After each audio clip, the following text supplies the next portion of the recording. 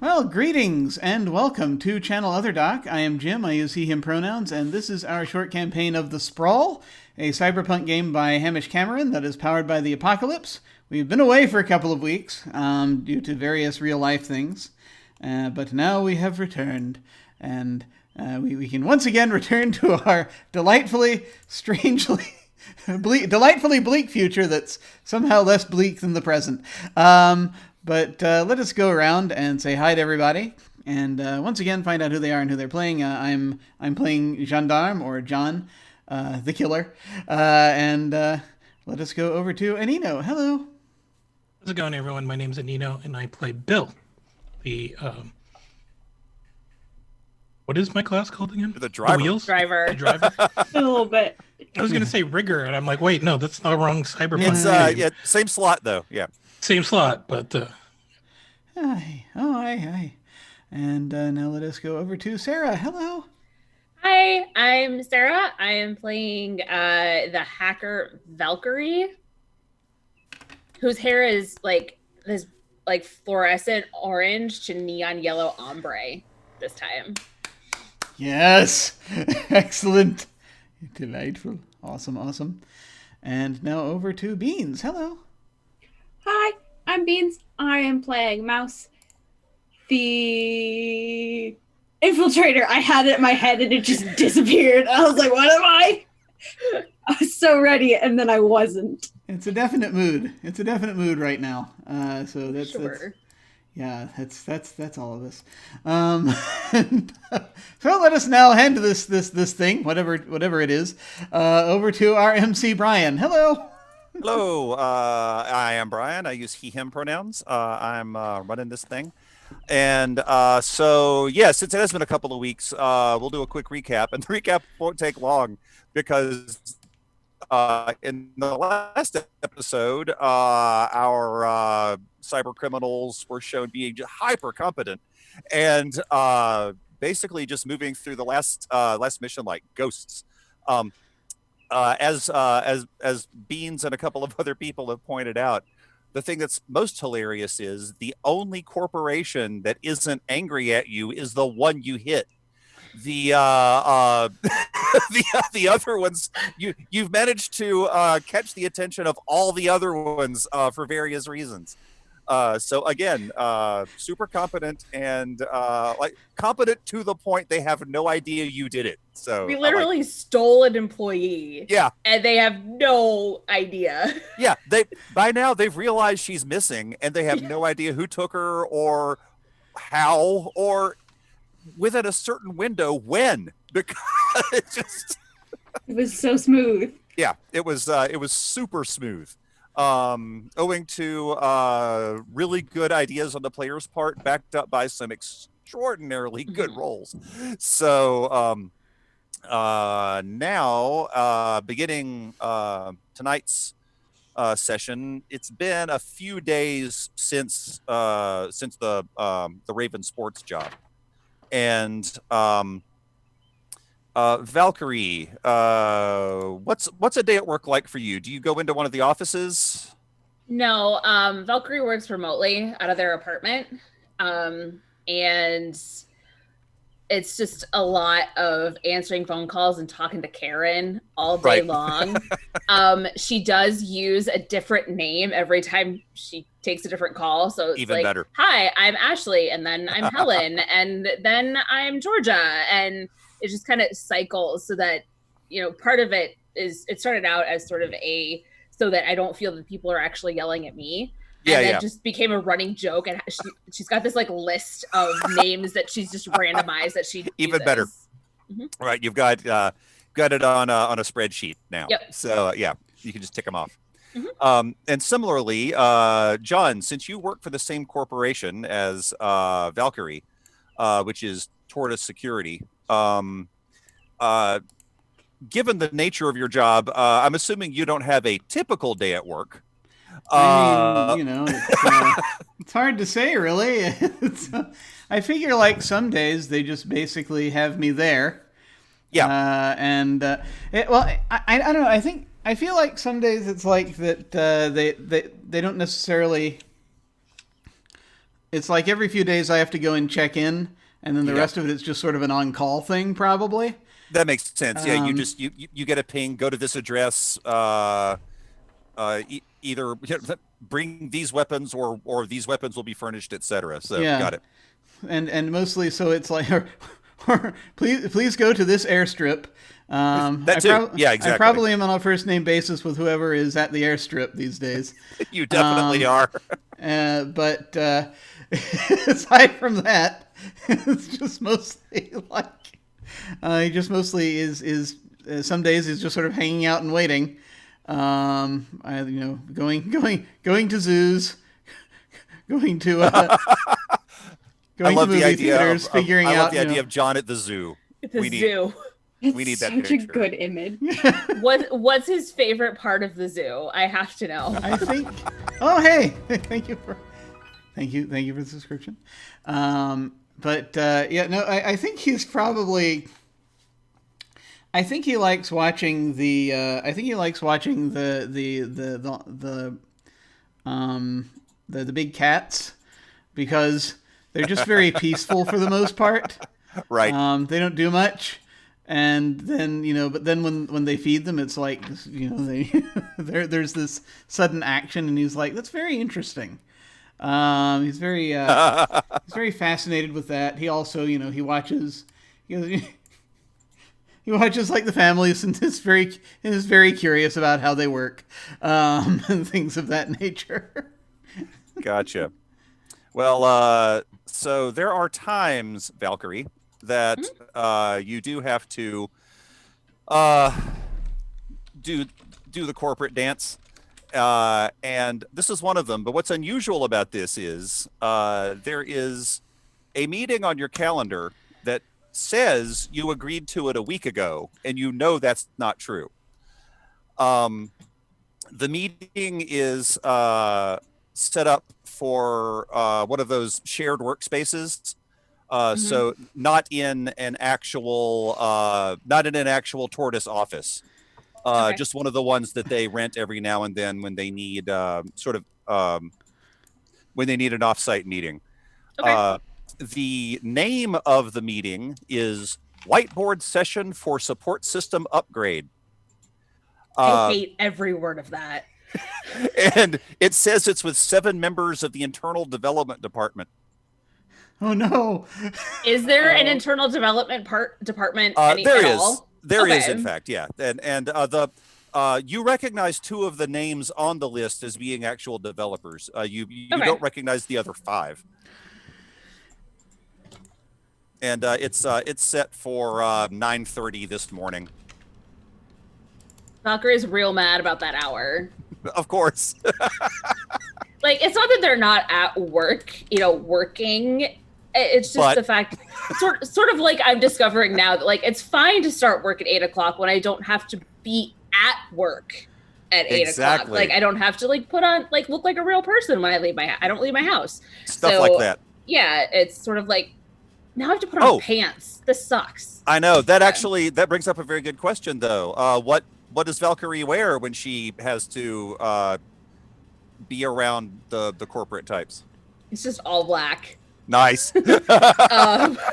Like everything, black. It's like black pants, black shirt, black shoes, and sort of cut in very goth cyberpunk aesthetic ways. So it's not, it's not just black business casual. It is, Yeah, just. I feel like the color and to some extent the cut actually kind of fits in with Tortoise, because for sure. I see a lot of the executives are probably really into the military chic aspect of it, even though they are not the ones carrying the guns and no. Yeah. Those are the ones most likely to wear that stuff, actually. Right. Valkyrie's, it's actually useful. There's pockets for the USB drives and, hidden knife somewhere, I'm sure. Right, and, exactly. All that kind of stuff. So it's got purpose for them. And she sort of just scoffs whenever she sees an executive. I bet you don't have anything in that little headphone pocket, do you? Nothing. Nope. So are you heading to the space? at the time? Okay. On my motorcycle. Oh, even better. So when you pull up on the motorcycle, John is outside, clearly in guard mode. Hey, buddy. Oh, hello. You have been called here to literally to just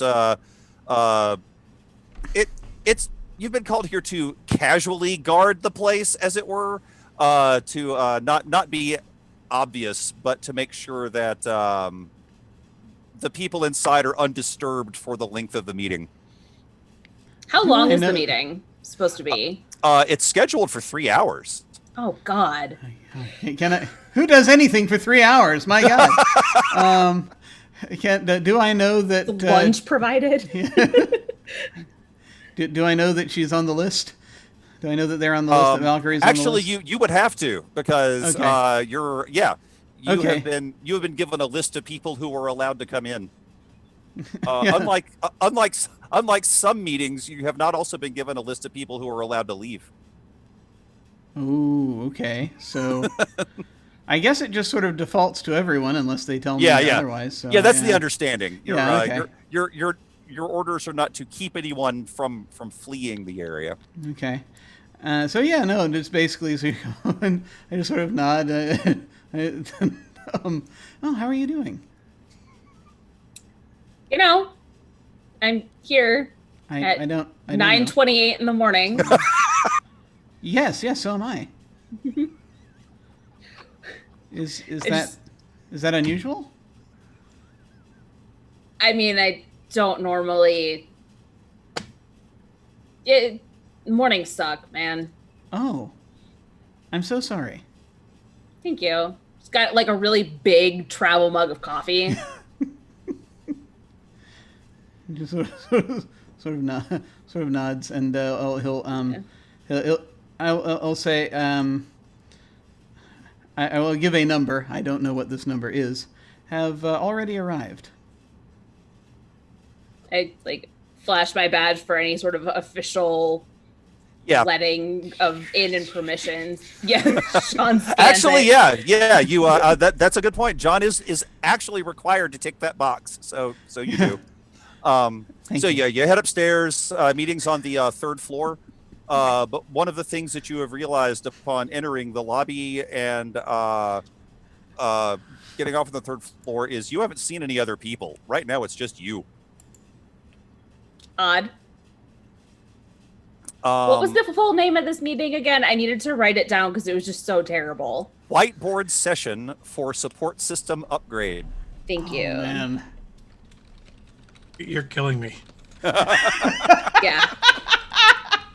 Yeah. And it's like at a co-working place too, right? So Yeah. this Oh, is it's even worse. Yeah, no one has an individual soul right now available. Yeah, that's being currently. it's like some like it's like those. It's a landing space. It is. Yeah. Yeah. Mm. Oh. It's like if WeWork hadn't crashed and burned, it would have become this. So yeah, you get to the room. The room itself is it's a long conference room. Similarly, it has one table in it with a whole bunch of ergonomic chairs, state-of-the-art remote communication suite, and one other person. You recognize her from other corporate stuff, like times you visited the Detroit office, for example. And she is wearing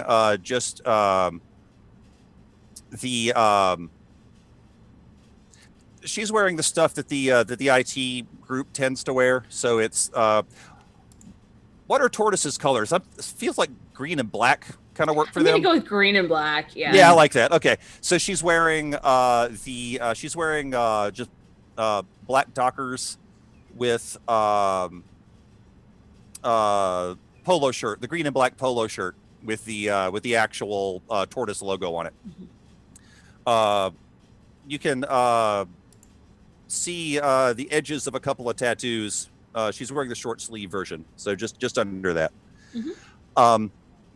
Her hair matches her shirt. It is similarly green and black. Nice. And she's fairly small, dark brown skin, and she says, It's just going to be us. But 1 second.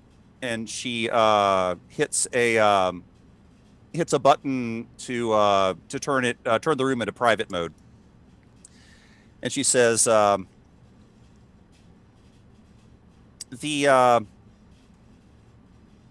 wanted a chance to talk to you as privately as one gets in these situations. My name's Shirani. We've met, but not really talked. Yeah. So not a shitty corporate meeting. And Valkyrie just like flops into a chair, like kicks their feet up on the chair next to them with their boots, and is just like, okay, this is better than what I was expecting, sort of a... She says, I did order bagels. Oh. Cream cheese too? Oh, of course. Excellent. I like you. I like. She sits, takes the seat across from you. And she says, actually, she recites a string of numbers. It sounds like a phone number. And she waits a couple of seconds. And she goes, all right, either the security measures are working or the people I'm trying to hide this conversation from are being more subtle than usual. So let's go for it. She Did I recognize those numbers at all? The area or the test that she was trying to do. Yeah, the area code is actually a Cleveland number. But Okay. the test is basically she was reciting a number that under some circumstances should trigger a security alert. Got it. Okay. Either that either it worked or someone's playing you. Got it. She says, so the Raven job. What are you talking about? It's not a question. I'm impressed. It was really good. Do I have any sense of whether I trust her enough to be able to like keep playing, I don't know what you're talking about, or to go into this? Like just in terms of like meeting her in the past at like conferences and stuff, you get a vibe from her of you're a valid person here to talk I will to. tell you this. Okay, so you know that she is involved in some manner with on the database side of things. Okay. Which is why you've seen her at conferences and like anytime where you have like an all hands IT thing or something like that. Okay. And you get the sense that she's one of the group that has the same attitude that you do. Like, yeah, I'm here and this is where my check comes from. But plus she brought bagels and she did bring bagels. Probably found a way to expense them. So yeah, Valkyrie's gonna go with us. Okay. Thanks. Pretty proud of that one. I don't want you to think that this is any sort of blackmail situation. It absolutely is not. But okay, as a show of good faith, and that I'd like us to work together, a couple of flags were raised, but because I was watching the right database at the right time, they have been rerouted. And Raven is looking for the notorious hacker Valkyrie, but they don't know anything about her. Do you? Nope. Yeah. And one of the advantages of trolling the database is that I get the chance to watch for things exactly like this.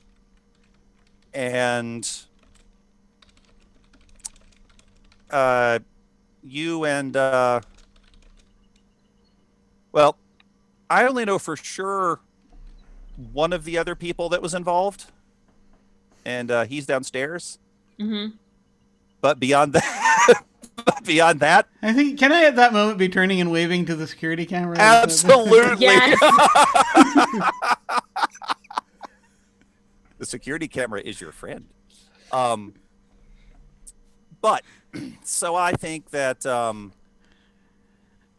look, what you did there is impressive enough. I think you can pull off this other thing that some people I know would like to have handled for them. I'm interested. So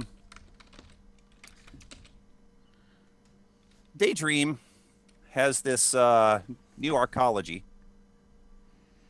It's soft open happened about a month ago. Grand opening is in the near future. So they are at a vulnerable place.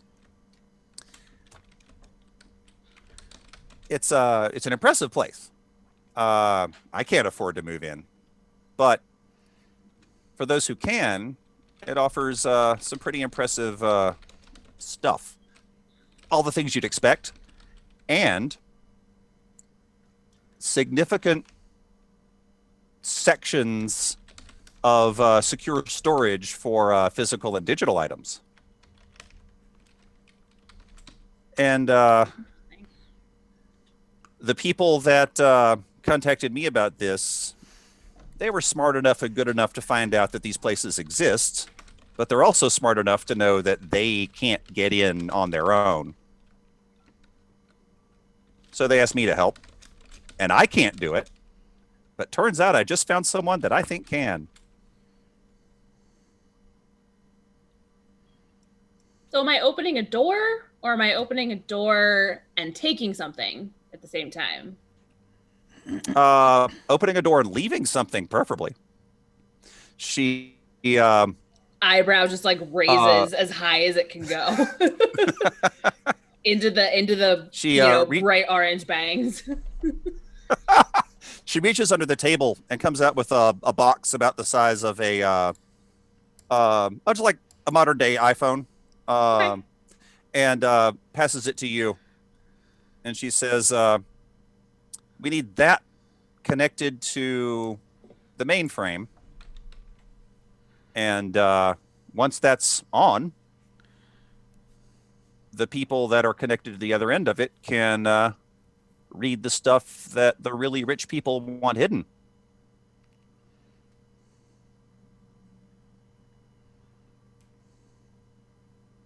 I'm all for it. I can give you a little more information about Destiny, but most Any of what intel you've got.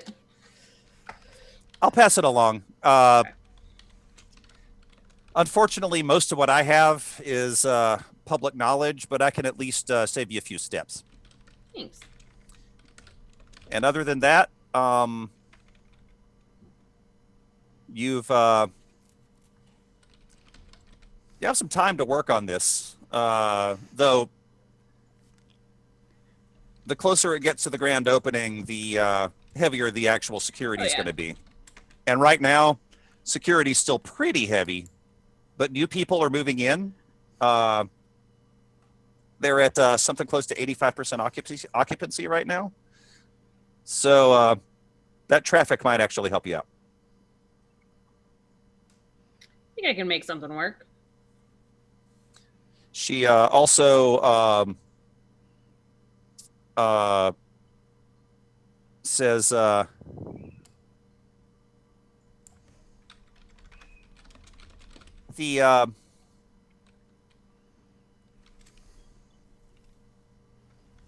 rest of this is going to be, I hope, pretty straightforward.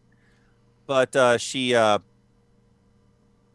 sends you a phone number just by sort of regular IM. Mm-hmm. Contact me there if you need anything. I'll do my best. But you understand the situation. Yeah. You're in it too. So it's just open the door, drop off package, connect a few wires. That's all you need. Should be extremely simple, she says, with that tone of voice that implies that she understands that she's that it won't be. And just, for the bookkeeping side of things, how much is this gonna pay? It's a crew of 4. She sends you another number, which is actually slightly more than you got for the Raven job. And All speaking right. of which, this would be a good time to make that get the job roll. So let's look that up. What do I roll for that? I believe it's cool. Let me double check. With my whole +0. Actually, maybe it's not cool because I thought you had a +1 on that one. I may be wrong. I have a +1 to edge and mind. Oh, I think it was edge, but hang on. I will look it up just to play it safe. There it is. Valkyrie is delightfully eating like an everything bagel with, cream cheese Of course. on it. Because of course you are. Mm-hmm. Oh, it is edge. I'm really glad you sweet. said that. Yeah. So you. So just make an edge roll, and you'll get the +1 when it asks for what to do forward. Oh, actually, no, it's just an edge roll. You're not doing a +1. If you do it from your sheet, it should just be regular roll edge. 6. Okay. So that means. I think that means you don't get any of the cool extra stuff, but it doesn't go necessarily badly. Got it. Okay.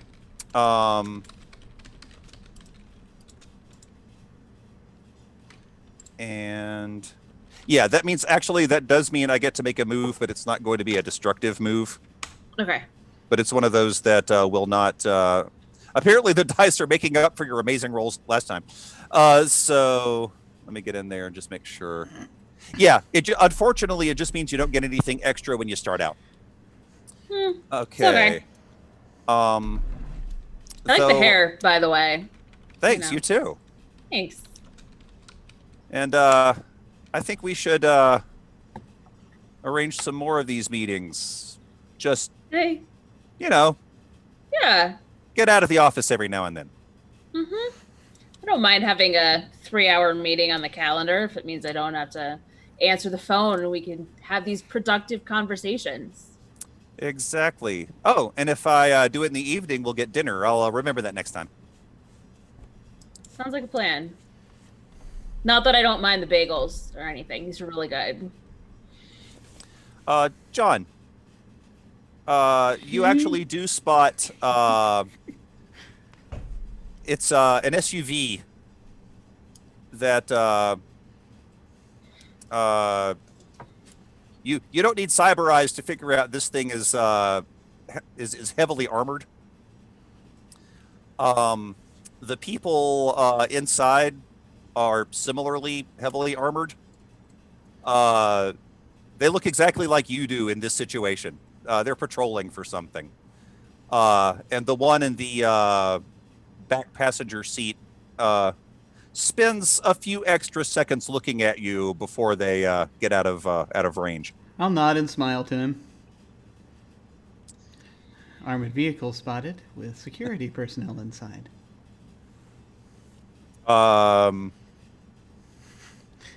Yeah, in fact, it's yeah, it has a license plate you can memorize. Oh, good. Plate number.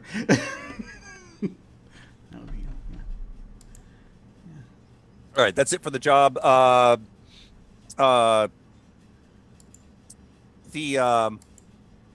Shirani actually just encourages you to hang around a little longer if you want to. She's yeah, she's got there's coffee. The bagels are good. Again, it's a 3-hour block on my calendar that does not have to be spent in a whiteboard session for a support system upgrade. And so Valkyrie is down with this hangout moment here. And so time passes, and Mouse, I do surreptitiously like text the group and be like, "Hey, I got a job lined up." Okay, so yeah, you arrange a group meeting at some point for that. Okay. Mouse, what have you been doing? It's been a few days since that Raven job. What have you been up to? Like just last few days, or what am I doing like in this moment? Either one. I think Mouse definitely has like a very odd routine. Like I feel like Mouse is into like a lot of weird things. So it's like Mouse probably like practices like mixed martial arts and like does like dialect coaching and like all sorts of like Oh yeah, specific things probably at the same time. Yeah, like that's yeah, the even kind of better. person they are, multitasking, trying to think get that as makes much sense, done. But also they sleep for so long. Like I feel like after as soon as everything was done, Mouse passed out. But I think the other important thing Mouse is doing is unrelated to what Valkyrie's doing, because Mouse has no idea, is Right. doing a little digging into Dreamware from the encounter last time. Indeed, you did Or see that finding person. someone Yeah. to do the digging so Mouse doesn't necessarily. Right, Even 'cause, better. Yeah. Daydream was the one who had us. What did I say? Dreamware? I knew that was right. Daydream. I'm like, Yeah. I don't remember Yeah. what the names of these companies Daydream are was the anymore. employer on the last one, right? They were. Yeah. Yeah. You Okay. discovered that during the during the get paid section. Mm-hmm. And let's see. So Bill, you're still working for Raven Sports ostensibly, right? That's right. What kind of Employee of stuff the do you month. what kind of stuff do you do? So Bill is basically just working in the garages for the Carmageddon Got it. league, sort of maintaining cars, but in such a way that he's actually aesthetically dressing them up to look more apocalyptic than they really are. Nice. So maybe he might even have a really dull YouTube series where he's taking like perfectly good and acceptable cars like a Camry and then just making it look like it's ready for war. I like that. Good. Okay. Yeah. Actually, I think that's a moderate number of followers. That's good. Yeah. Okay. So that's both Mouse and Bill. You get the ping from Valkyrie that they have found another job. And John, I assume you knew it probably as soon as she left the building. Actually, no, before. Now that I think about it, I think Valkyrie probably sent the text, and you're like, okay. Yeah. If they sent the text while I was standing outside, I was like, oh, Yeah, they did okay. because again, technically, you were contracted to be out there for 3 hours. So. Yeah. Just hanging out. And John does not strike me as the kind of person to leave before the 3 hours are up. Nope.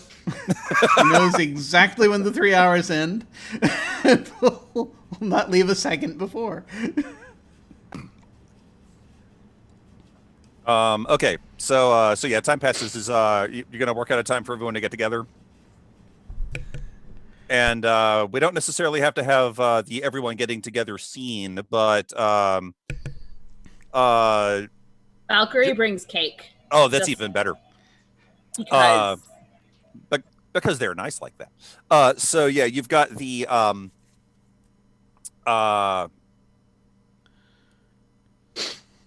let's actually, Shirani did give you a little information off the bat.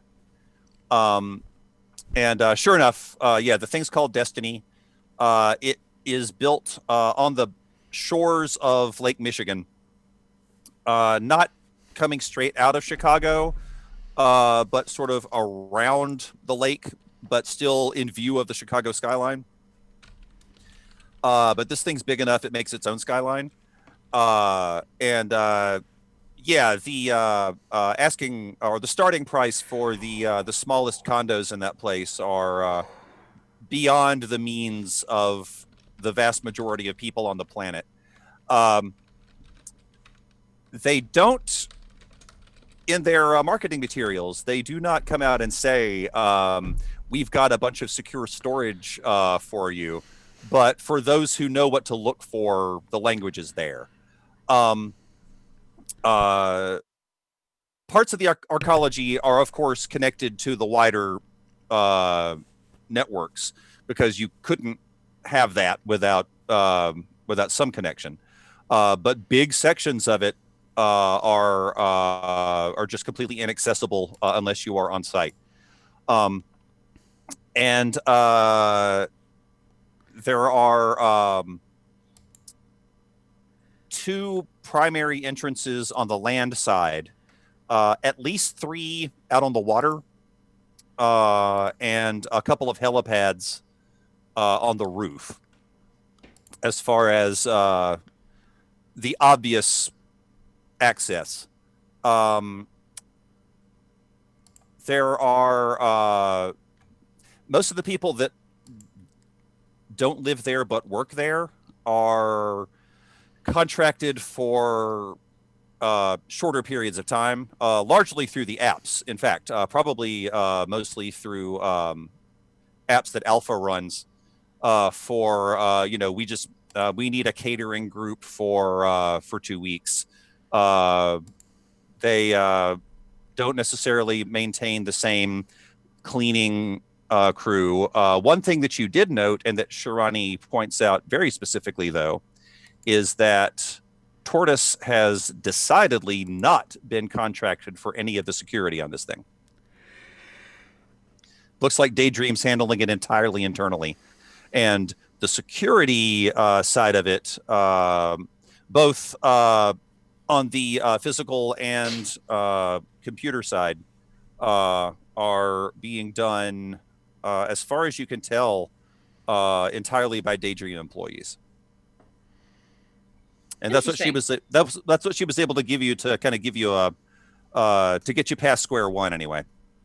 And it's definitely Daydream employees, and not a shell company of a shell company of a shell company of Tortoise. And absolutely not. No, this is these are directly for Daydream. In fact, not even a subsidiary of Daydream. So just straight up Daydream. Okay. Absolutely, answering straight up the sort of corporate core, as opposed to any of the branches. Okay. Interesting.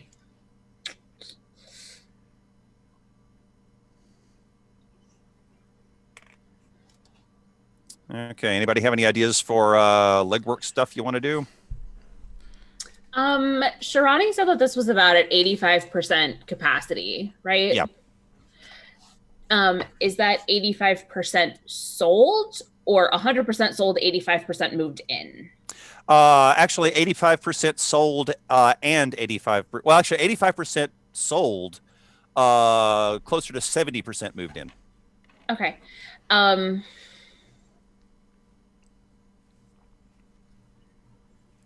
Let me marinate on where I was going with that. Okay. Before I make any decisions. So this is a living community? It is. Yeah, it's for the most part residential. There are, as an arcology, the primary goal is to be a place that if you live there, you are not required to leave. Meaning, you maybe you work there, all of your entertainment and other needs are met here. And therefore, they do have a whole lot of people that come in to work here to support the people that live here. But and a lot of the space is taken up like that. It's kind of like a cruise ship that doesn't go anywhere. Gotcha. Oh, wow. So except even bigger. Oh my god. And we're supposed to put something in a storage place in there? Is that connect the thing to the mainframe? Exactly. And just leave the thing there, or do we bring the thing back with us after it's done a thing? Just leave the thing there, right? Yep. Just connect it and leave it. It's like, I would recognize this as some sort of surveillance box type thing that just needs to be connected in. Okay. This is the first time you've seen one that's this sophisticated, but I mean, instantly upon opening the box, you realize that it's exactly that. It is. It basically has two functions. The first one is to broadcast. The first one is to collect information from the thing it's hooked up to, And then the second thing it's supposed to do is at some point deliver that somewhere. Wirelessly, you're certain, and probably some sort of tight beam in order to not be detected. Now, if this were a TV show, this would be the episode where someone pretends to be moving into the neighborhood. Right. That's where I was debating if I wanted to see if we could like hack into their residential database, and so that we mark one of the units as sold. Yeah. It's a like, y'all are spoiling my plan. That's exactly what I was thinking. It means you're all on the same page. All on the same though. page. Yeah. I think they're assisting your plan. Yeah. If only you had someone who was really good at pretending to be other people. Yeah. And if only you had somebody Only we who knew could hack such a into feature. systems. Exactly. If only we had a team. If only there was a team involved here. Oh man. Well, next episode, we'll figure that out. Tune in. Previously on. Okay. What So, is the, Meanwhile, Bill's doing enabling. his The own term is legwork. enabling. Sorry, go ahead. So Bill is doing somewhat legwork too, where he's signed up for a job with sorry, what was the name of that self-employment company? Alpha. Alpha. Yeah, so Alpha's he the one with the apps. Yeah. yeah, so he signed up with Alpha to be like basically an Uber driver for them. Perfect. So he's just going to park near the arcology and just, take customers in and out Excellent. of there, just to sort of get an that's idea good. of where people go in and out. Good. Okay. So that'll give you. Interestingly, the majority of the contracts are, of course, land-based, but they do have. Now that you're poking around, and it's pretty obvious, even from like if you stand at the right spot on the shore to look at this enormous building, they do have what amounts to a marina where a lot of the residents have boats of different kinds and in some cases they've just got actual docks like you would see at any sort of marina, but some of them are what are effectively just water-filled garages where they can those are mostly the guys with like the cigarette boats and the things like that are parking those in their little hidden spots. So yeah, you've got a handle on the two primary entrances and exits, but you also pick up a couple of actually. Now that I think about it, the higher percentage of the things that you're getting are probably the service people that come in and out.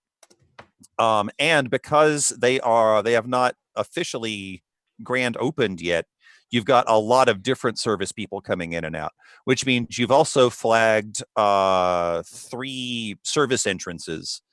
One of which is obvious. The other 2 are very well concealed and disguised as something else.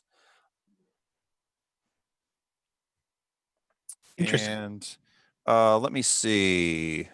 While you're doing that, would you like to make an assess roll? Sure.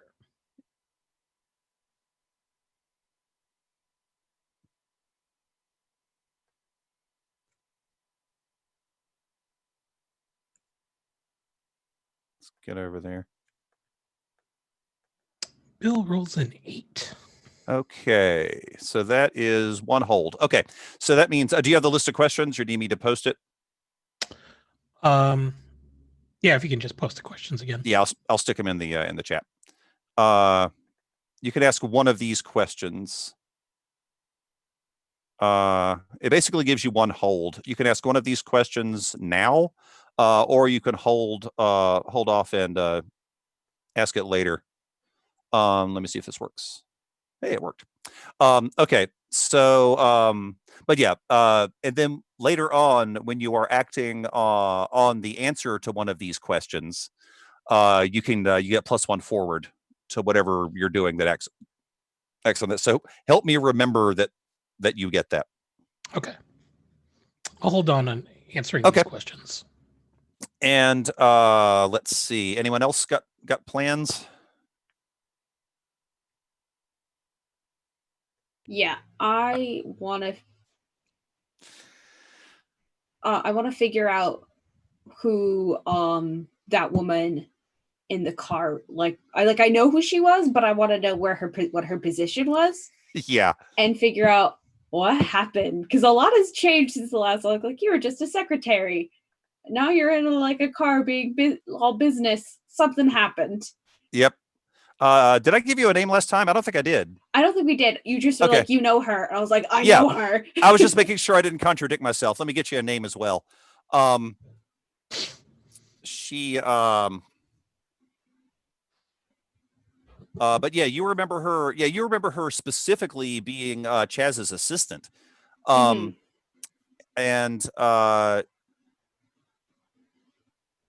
so what are you doing to get more info on her?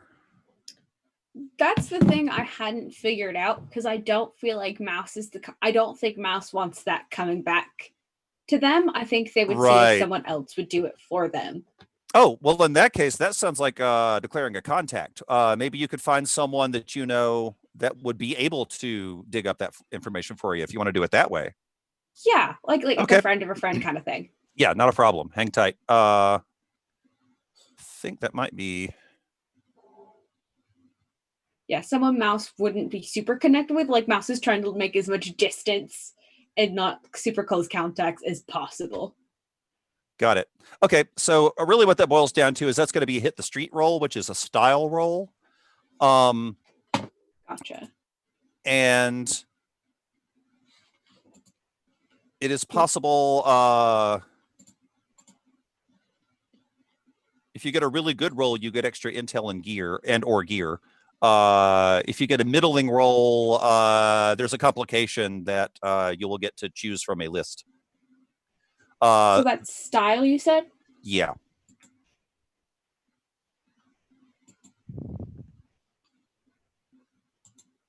Okay. 8. Good deal. You have to choose 2. I think, let me double check.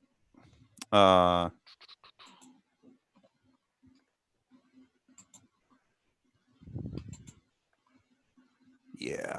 All right. I'll tell you what, I'm going to throw these into the chat as well so you can just look at them. Cool. And get over here.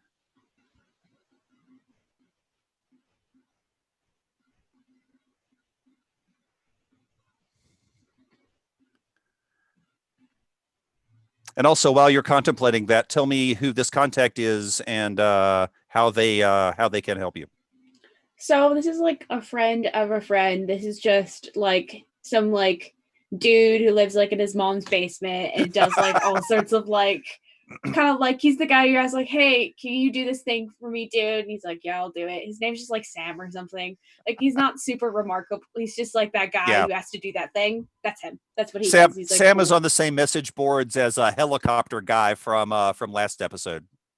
Yeah, so they definitely run in like similar circles. Yeah. The one Valkyrie got to help you out. They know each other's usernames. So is it the your request blah blah blah one? Yeah, exactly. Can I pick 2 of those? Yeah, you will pick 2 of those, but you get what you want. Okay.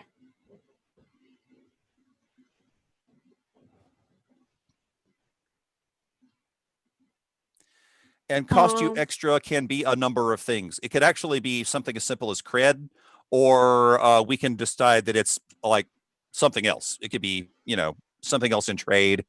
It doesn't have to necessarily be cred. But like I said, the simplest answer is like, it's just going to cost you some cred to get this done.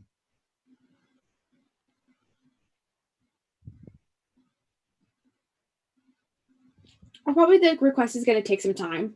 I think that would be... Okay, so Sam can't... well, that makes sense, actually. Yeah, Sam that makes the most sense, I think. Sam doesn't have the information immediately anyway, so that checks out.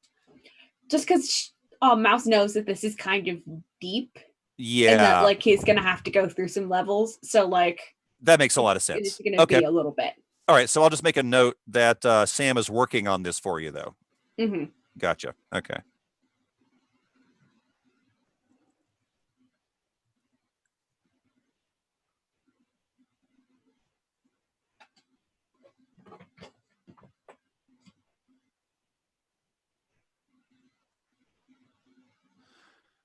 Got it. And what do you want? One more. Yeah, you have to pick one more. Okay. And then your contact needs to help them out with something. I feel like Mouse is like, you do something for you, I'll do something. Yeah. Okay, that makes sense. You do something for me, I'll do something for you, whatever. Like, it's just how it goes. So like that doesn't face Mouse at all. That totally makes that actually that's kind of how they work anyway. So the because you did not choose, your request is going to attract unwanted attention. That's another of the reasons it's going to take some extra time. Because if Sam's going to be circumspect about this, then it'll take longer than just doing a brute force kind of thing. Which is fine with Mouse. Mouse is like, just as long as I get the answer, I don't care if it takes a little bit longer. Yeah, absolutely. Because it's important. Yeah, it's a big deal, and it might actually be related to your current mission because of everything that's going on. Mm-hmm. Okay. Did someone say brute force? Sorry, for example. Wait. All right, not a problem on that. So yeah. Hang on, let me make sure I make my note before I forget.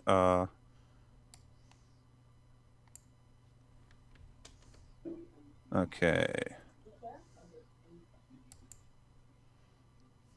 Okay, got it. All right, so yeah, that'll come up in the not too distant future, but like you said, it'll take some extra time. I'll swing back around to Mouse for some other stuff, since obviously they're not busy directly looking that up, but it took a little time to get in touch with Sam. Yeah. So John and Valkyrie, you guys have anything you're working on? I do just want to. It's weird because John's not terribly concerned about this, but he knows he knows that Valkyrie might be. So he's going to give her the license plate number of the people in the van that he saw. Fair enough. So that it's like, there might be some interest from that party. Okay. Got it. So now you have a data point. I run it through like the BMV. I'm sure it's not going to come up as a registered vehicle, but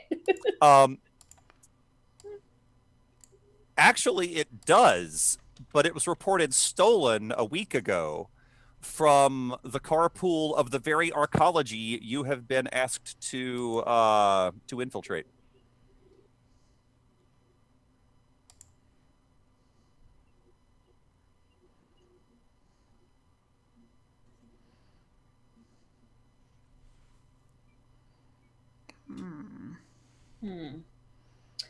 If I just want to run like a surface background check on the owner of the car, like who it was stolen from, to see if anything raises a flag.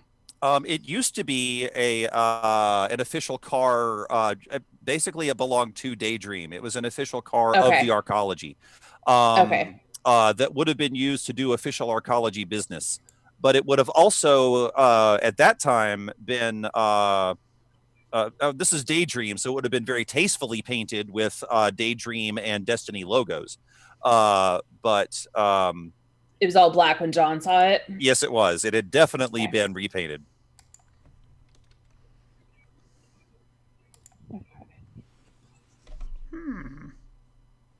Odd.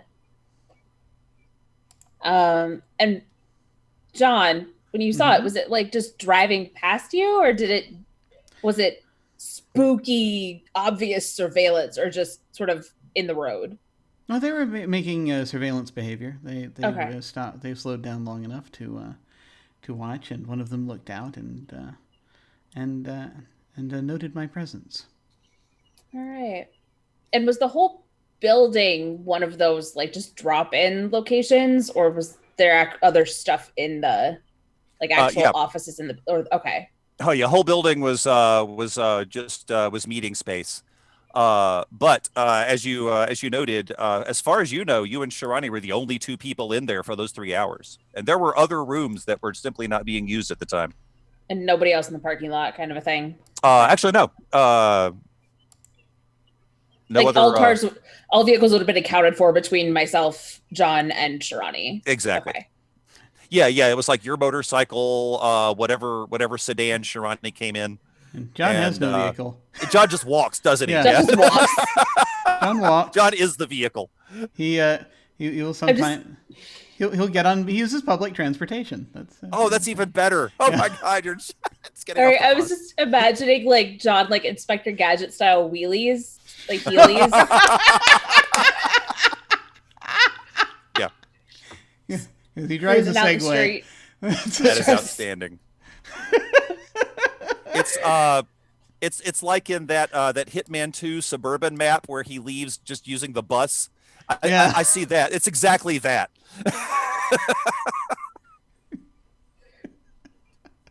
Fabulous. Yeah. Okay. Just gonna kind of keep that in the back of or forefront of my mind. I'm not sure which at the moment. It's in a place. It's there. It's in a place. I got easily you. accessible. Good call. Okay. I don't know. Y'all want to see if we can steal an apartment? That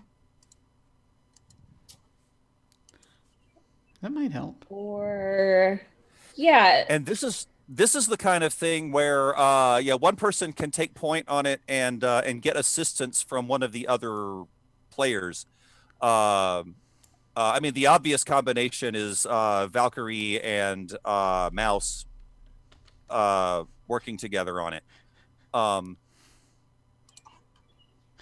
Yeah, just to get us a base of operations inside. Yeah. Without having to do, pretend to be employed there or anything like that. Yeah. And send me in pretending to be someone else. Yes. Yeah, I am moving in so today. This is Hello? John. I am He's John, the real new person. He's the fast. He bans the deep fryer at a fast food restaurant. I am very efficient. Oh, he would though. He'd be so good. It's like that Community episode of like the mafia with the fried It chicken totally or is. whatever it is. Yeah, it was the chicken tenders. Yeah, that was it. Chicken tenders. Oh gosh. But yeah, Valkyrie, if everybody's on board with the idea, gonna try to hack into the homeowner database and just casually have purchased one of the units. Gotcha. All right, so let's see. That's going to be obviously this is a database that will have some serious protection around it. Yeah. So first thing you'll need to do is log in to that system. Okay. So you'll need to let's see. Hang on. Let's make sure we have all the roles right.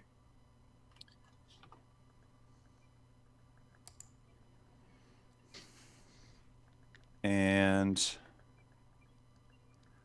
sorry about that. I had it on and then I got off the page.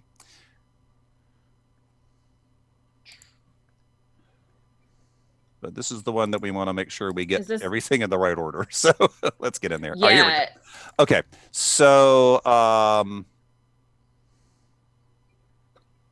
yeah, first thing you'll need to do is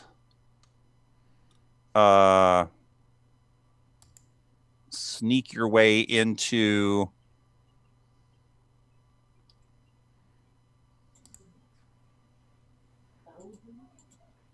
the login subsystem of the residence database is really all you need to do. Yeah. And so that's going to be the checking in part is no problem. Console Cowboy?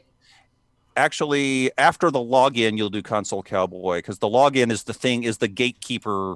Once you're past the login, you can trick it into letting you log in, basically, as if you were a user. Okay. So hang on, let me just look up this thing real quick.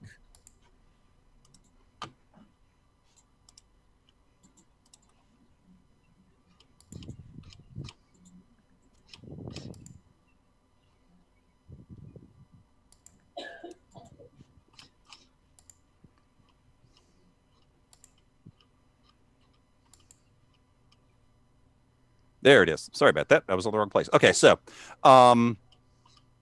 yeah. Honestly, this is just going to be a compromised security roll to start with. So that's a mind roll. Okay. And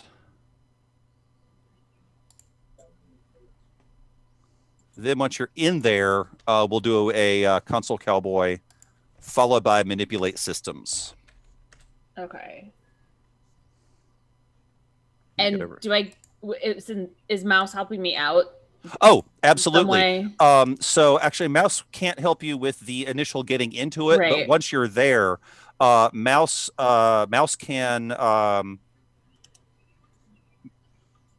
set up an identity that is ready-made to be plugged in. Excellent. And I can't imagine Mouse doesn't already have a whole Rolodex of these. So yeah, Mouse, tell us about the identity or identities.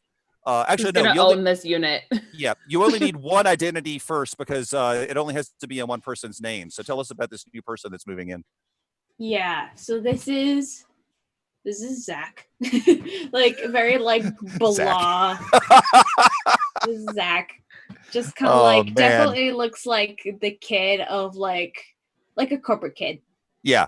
Oh, it would be Zach. Has like headphones and like constantly like tuning people out. Is always just like they're like, oh yeah, like always on his headphones and like just kind of nods to people. Like not a very exciting looking person. Like right. Again, kind of massive classy thing, like big baggy sweatshirt, like kind of like a rolly back like suitcase maybe. Got it. And like a backpack or like an over the shoulder bag. So when you make the manipulate systems roll, take +1 forward because Zach is already ready to plug in. You don't have to make anything up. Zach has like an official ID number. Zach has a history of having done a bunch of other stuff. All of it, I'm guessing, really unremarkable. Zach's got the bank records and everything. Bingo. Zach's got bank records. Zach's got the C+ average from Ball State. All of that. So.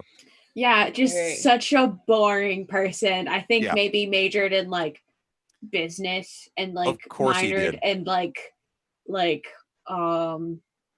communications. Oh, perfect. Killer combo. Okay, got it. Definitely spelled ZAK. There's no CH in this. 100%. 100%. ZAK. Yeah. All right. So I'm making a mind just to get into the system. Yeah, this will be a mind 0 forward on this. Just a regular mind roll to 8. Got it. Not bad. Okay. So what that gives you is you get 1 hold, which is enough to get you logged in. However, you do have to choose one because you didn't get in perfectly clean.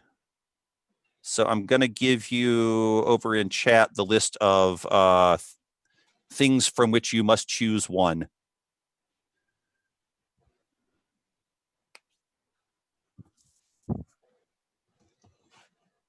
And if you need any clarification on those, right now the mission clock is at noon, meaning everything's cool. Yeah. So access is restricted is actually pretty obvious. It would mean you only got not do that one. Yeah, right now I don't think you want that one. What's the +1 trace? Trace is and because you got such great rolls last time, you didn't have to deal with this. So now trace is basically how aware the system is that an intruder is in here. And right now, the trace has to defeat your stealth.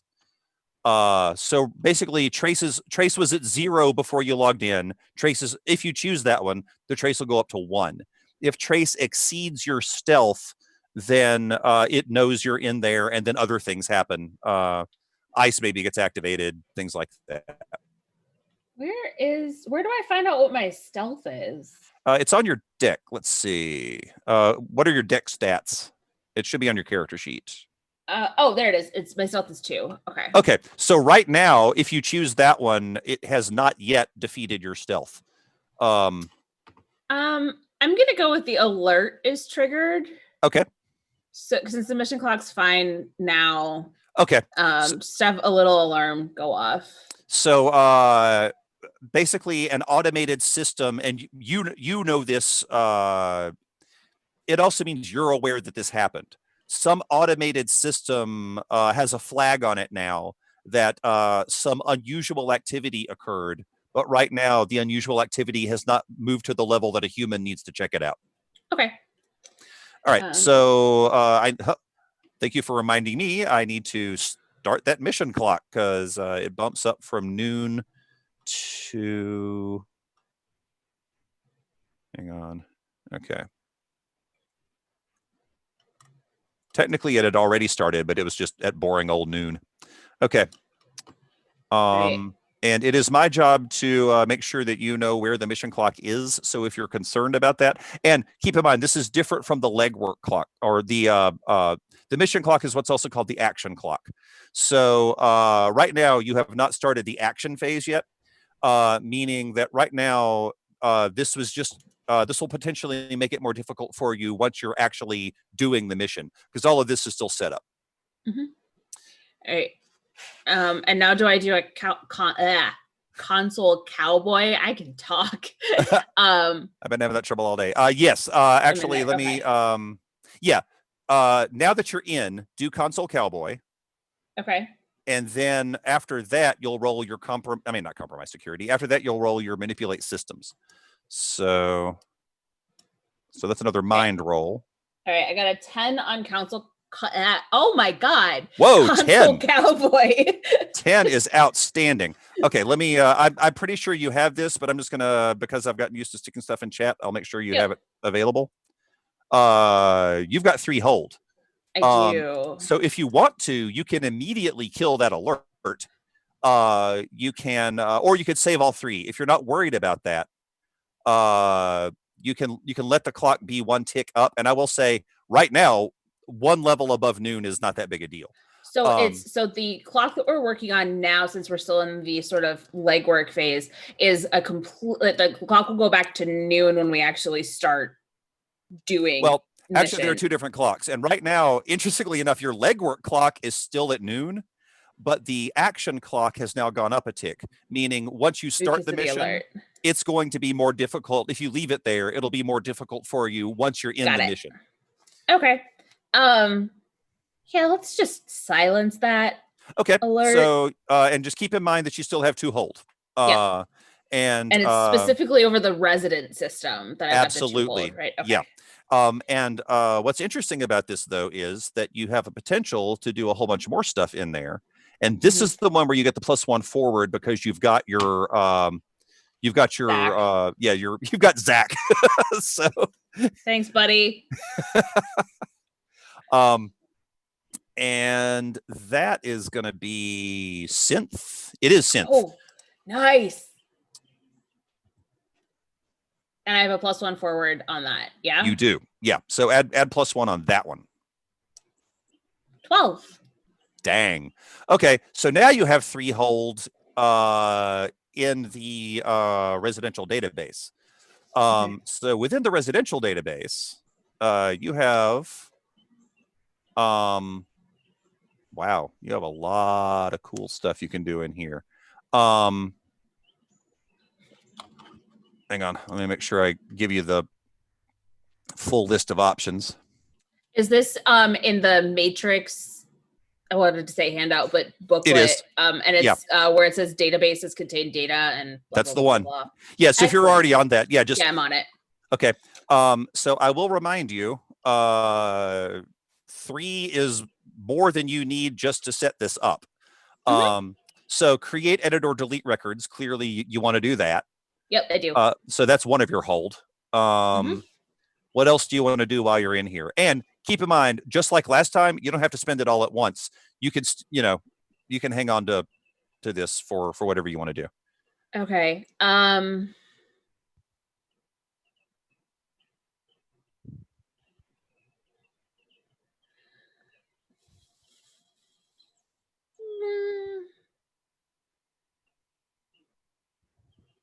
I'll hang on to him for now.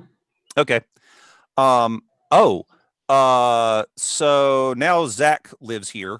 And more to the point, we have a really nice corner unit, with awesome. floor to ceiling window view over the lake kind of a thing. That's good. That's actually, this is a question for Mouse. How long has Zach lived here? Keeping in mind that the place has been soft open for about a month. Probably no more than maybe a few days. Okay. Yeah. So still one of the newer faces. And does Zach also look a whole lot like Mouse is going to be able to look? Is that the plan? It's it's so Zach always seems to have his sweatshirt the hoodie up and right. headphones on. It's like a green hoodie, I would say, and like a lime green, and doesn't wear glasses, kind of messy hair in the front. Okay. Has a nose and an eye ring thing. I don't know. He's trying to be edgy. It doesn't look good. It's not for him. So many people who do that. Yeah, I know. It just he wanted to be cool. He probably Mouse has thought about his backstory too much. That's definitely what Mouse does. On the treadmill, learning languages, and also coming up with character backstory for all of the people that they make. And just this information keeps pinging Valkyrie's phone, and they're just this is fake, right? Also hear me out. What if? I mean, I can put it in there. So I just want to make sure that we all know what's going on. All food preferences, really likes pad thai kind of dude. Mm-hmm. Thinks he's cool for liking pad thai. That's it. But it's spice level 2. Oh yeah. It's not spicy. Oh yeah, there's totally we'll have to come up with a good name for it, but there's totally the Panda Express equivalent of Thai food that's totally Zach's favorite place. Yeah, Zach wants to be cool. Yeah. Zach's not cool. But that's also the point, trying not to stand out. Exactly. All right. Anybody else got any plans? That gets Mouse in. Do you want to work out a way for anyone else to be able to go in? I'll drop that Zach has a roommate who looks shockingly like Valkyrie does. Sounds good. Okay. Mm-hmm. That'll work. And because I know that she needs to get direct access to the building. Yeah. Okay. That's the easiest. Yeah. And is there something is this one of these communities where visitors need to be registered in advance to be able to get through security kind of a thing, where I would need to put Bill and John on the, verified visitor list? Yes. Okay, I do that. That'll take an extra hold just because of the nature of it. But fortunately, that's still part of your part of the same database. I have had an additional idea if it becomes necessary, as you folks are just moving in, and if you need it, I mean, I'm perfectly fine if you want to put me on a list. That'll be great. But if need be, you can always have me delivered. Just John in an IKEA box. Yeah. Oh my God, I love the rest that of your furniture. It's your flat pack killer. I did not realize what you meant when you said delivery. I was like, oh yeah, bring. Oh, you're what's being delivered. I see here. I did not put 2 and 2 together until just now. Because I don't think I need air last time we talked. So. Not for very long. You don't need as much as you used to. That's for sure. That's fair. That's fair. Yeah. Apparently, I used to breathe a lot. I don't remember that, but yeah. So I'll Apparently. definitely put Bill on the list. Just I know that Bill's the getaway driver and all that, but just in case Bill needs to get in the building. And I mean, does John want to be shipped in an IKEA box to Zach's apartment? see the thing is, John doesn't really it won't mind if that's the thing. He's perfectly fine walking in. He's not going to Okay, I'll put it to you this way. Jim is suggesting the idea, but John is completely unaware of it. Okay. Yeah, John is just basically like is like if you want me to walk in, that's fine. We'll put John down as the buddy who's helping Zach move in exchange for beer and pizza. Fair enough. Okay. That'll work. People eat that. That's good. I can stare at it appreciatively. Yeah. I think So that means I've got one more hold left on the residential database. Right? You've got one more hold from, actually, technically, you still have some hold from Console Cowboy. Because you've got because. So I've got, I think you have three left. Yeah, you have, okay. 2 from Console Cowboy, 1 from your Manipulate Systems. Okay. And Console Cowboy lets you prevent a construct from triggering an alert, avoid an ICE routine executed against you, or increase your hold over. Oh my gosh. You can actually, basically you can use the Console Cowboy hold on a 1-for-1 trade-off to increase your hold over this database system. So yeah, you still have a potential 3 hold left over on the database. Okay, let's do whatever the increase hold on that was kind of a thing. So for bookkeeping on my end, 3 hold on that residential system. Right. Yeah. And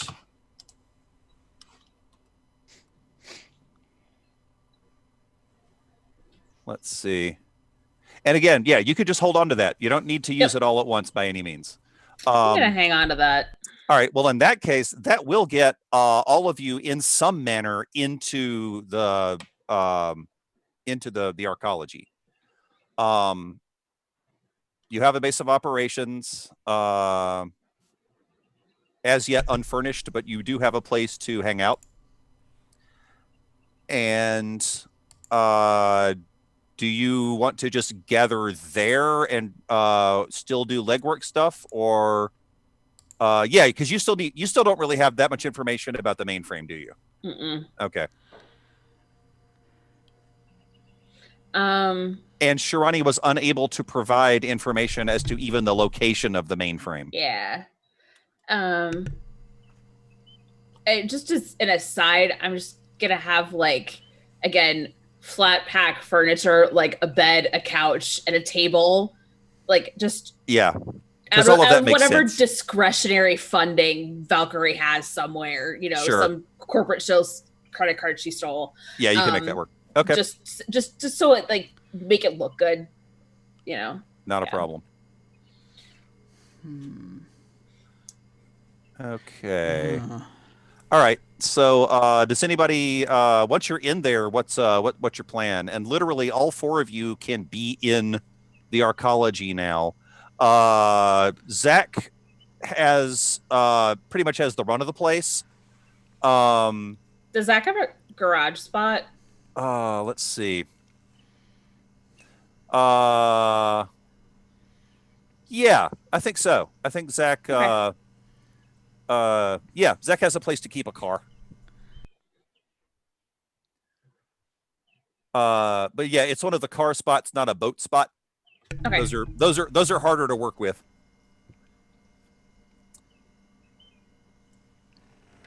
So yeah, once you're in there, so like I said, Zach has the run of the place. There are very few places Zach can't go.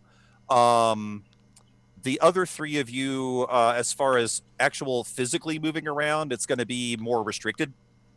And we'll figure out where those places are once you're doing your stuff, but just kind of figure out what your role is and what you're pretending to be, and we can work from that. I have a question. Yes. just for point of clarity, am I the one who's like putting the thing in to connect it?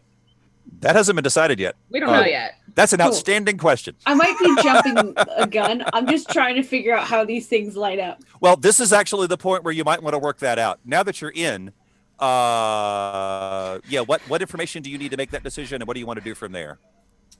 Well, I mean, we need a map of the place. Yeah, you do. To know where even this might be. So that, I mean, the good news is now that you have residential access, you can use Zach's account to get the places they let the residents know about. But once you're in there, you realize that even the residents are not informed as to the location of their secure storage, not even the physical secure storage. Like if you have, I don't know, a bunch of diamonds or something, and you want those diamonds kept in the safe, someone goes and gets them for you and meets you in an office and delivers them to you. Same thing happens with your digital information. So you know how it is accessed, but you don't know exactly where it's kept. They are being super secretive about that. I'm wondering if they can, when they are either when Bill is driving about Ubering people, or when Valkyrie and Mouse are out in the neighborhood, or when they grab the map or whatever, to come back with any pictures that they might have. If I might be able to look at some of those to try to use my security knowledge to try to see if I can help narrow it down. We take a bunch of selfies. Yeah, and that's actually a very good idea. I will sort of ask look at our new apartment. Yeah. One of those things where I am going to sort of ask, so does this mean that if anyone sees me, I can tell them that we're friends? Yeah. Of course. Thank you. Yes, I'll tell them. There you go. Oh my. Okay. I'm sorry, I just had to just say that happens in there somewhere. Nope, I like that. Cute. But yes, no, just basically, if they want to grab some shots of things, let me take a look. Like very selfies in intentional locations. Especially if they're having like any sort of like housewarming things, or if they have any things where they have like community activity things where, you know, you can is there like one of those like stuff out? Yeah. Oh, it's community room things. Yeah, there's tons of that stuff here. Community barbecues or what have you. From a security point of view, they are doing a very good job of making sure that any of those activities are not in secure or are not in line of sight to secure areas. However, as you pointed out, John, you do have the knowledge of different things. So if you want to make an assess roll, right, and let's see, because like Zach can like mix and mingle and like talk to people and like figure out like that kind of stuff while people are off doing the actual thing. That's true. Also, I will point out, everybody, Mouse has already declared their contact for the mission, but everyone else may still declare contacts. You may still, any of the basic moves are really good for that. Also, look at your, John, you don't really have any specific legwork moves that you're using. But you're mostly in the basic move realm. There's still research that is an option. Even fast talk to an extent, because you're here, and more to the point, you can decide what kind of stuff and what kind of people are here. That you might be able to manipulate or otherwise get that information out of. This is a really big building. It's enormous. Yeah. Okay. Something like this would have been under construction for a long time. Absolutely. And had blueprints and other things filed with various city building departments and all that. Right? Exactly. Can I declare that I've got a buddy at the city building department? You who can check to at least to whether the blueprints they filed are accurate or not is a whole other story, but to at least get me the blueprints that Daydream filed with the city. 100%. All right, so that's going to be hit the street roll, which is style. Yep, here we go. And do you still have that list of options that I sent Mouse over in the chat? If not, I can do it again. Okay, I do. I got it. So those are the ones. If you get a 10 or higher on that, you get something extra. You can choose either intel or gear. And I'll remind you how that works if you get it. Otherwise, you have to choose, if you get a 7 to 9, you get what you want. But you have to choose 2 from that list. Okay. And you said style? Style. Okay. And 0 forward on this one.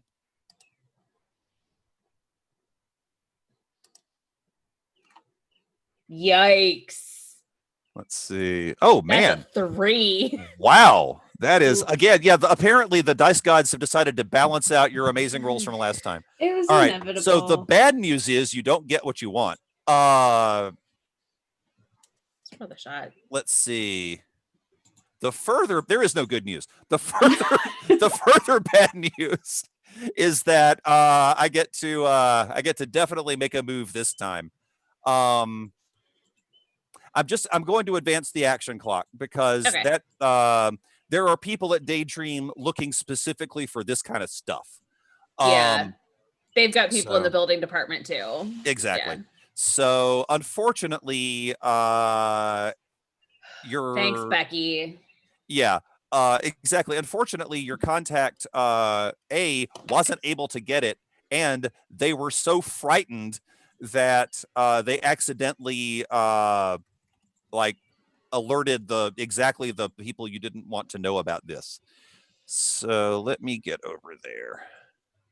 Becky and I will be having a conversation about stealthy activities after this mission is over and not knocking stacks of files over. Yeah, you got to commit. Believe in yourself. So that bumps the action clock up to 1800. So that is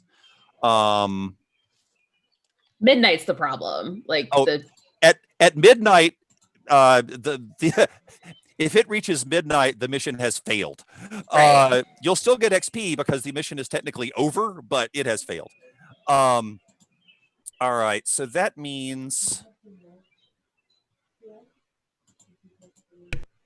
the actual. Okay, John, you noticed this first because you've been specifically looking from the security side of things.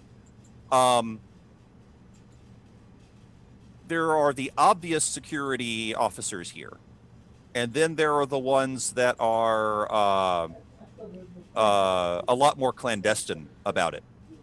The obvious security officers were already walking around doing patrols and stuff, but now you're noticing a lot more of the surreptitious types. And so something has kicked the hornet's nest. Becky. Becky. She's real sweet, you guys. Super sweet. Really not who I should have called. Unfortunately, Becky really dropped the ball on that one. Okay. It's fine. However, that still, John, since you were looking at that, we still have an assess roll for you to make. Right. So you still have so many rolls to fail. I know. Let me go ahead and do you still have that list? Starts with what potential complication do I need to be wary of? Let me just grab it here. Yeah. There we go. Yep. Okay. And so assess is edge? Yep. Question mark? Okay. All right. It's on the character sheets too. I just have the character sheets. I got it. Okay. I'm about to hit the button. I've just been putting it off. Okay, here we go. All right. Here we go. Forward nothing. Right. 9. It's not terrible. Okay, 9 is good. Which means you get what you want, but you still have to pick 2. So I gain 1 hold. Yeah, you gain 1 hold. Actually, no, I'm sorry, you don't pick 2. That was you just get the 1 hold. Yeah. So pick which one of those you want. You may ask the question now or hang on to it till later. We need a lead. Yeah.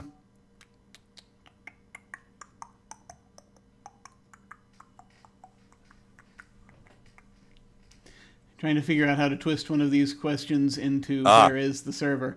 I see a really good one for that if you don't. What do I notice despite an effort to conceal it? Yeah. Yep, that's the one. Yeah. That'd be the one. Okay. So the way that actually you tell me the way you notice this. How do you how do your super security senses figure out where it is that they don't want you to go? So we have more clandestine security coming in, right? Yeah. Okay. So it's not so much. So they're going to assume, for one thing, so that's going to be a narrower band, I think, probably of patrols.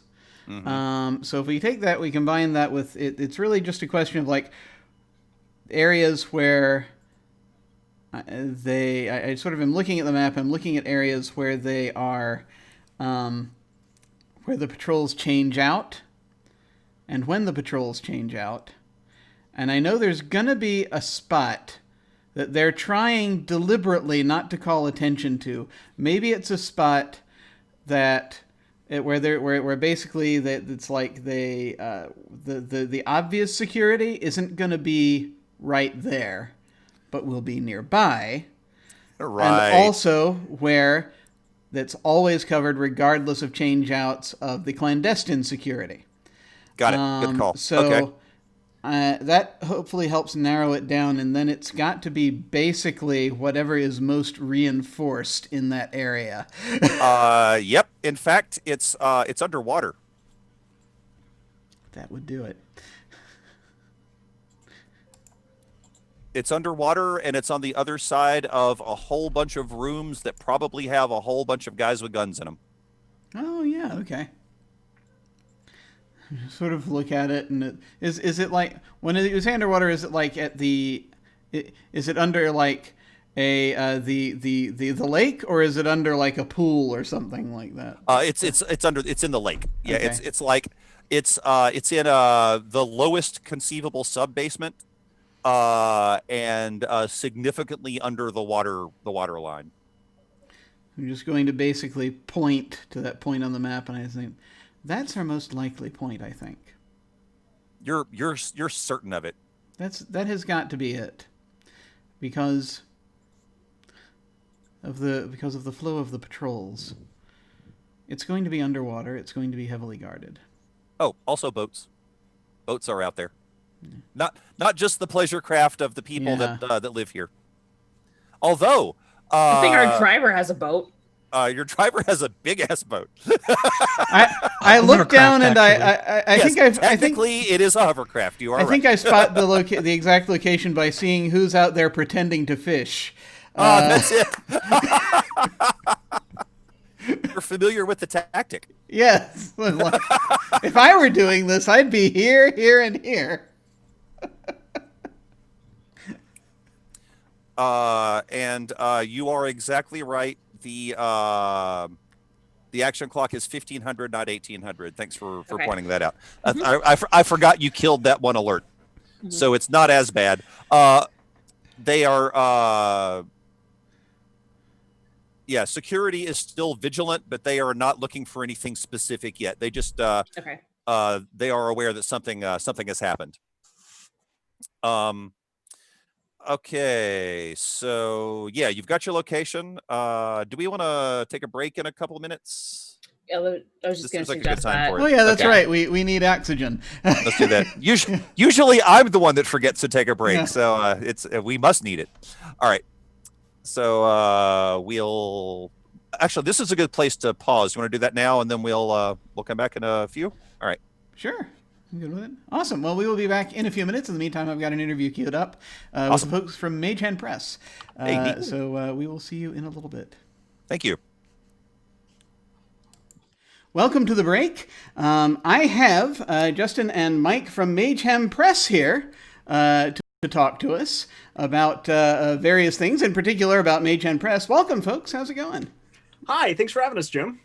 Hi. Doing pretty well. Awesome. Great to have you. Thank you for coming. So for folks who might not be familiar, tell us a little bit about Mage Hand Press itself. What is it? We're a small company that makes stuff for D&D 5th edition. We're dabbling in other things, but for the most part, and for I guess over 5 years now. Oh my god, I'm getting so old. We have been making stuff exclusively for 5th edition, and we've been making a lot of stuff.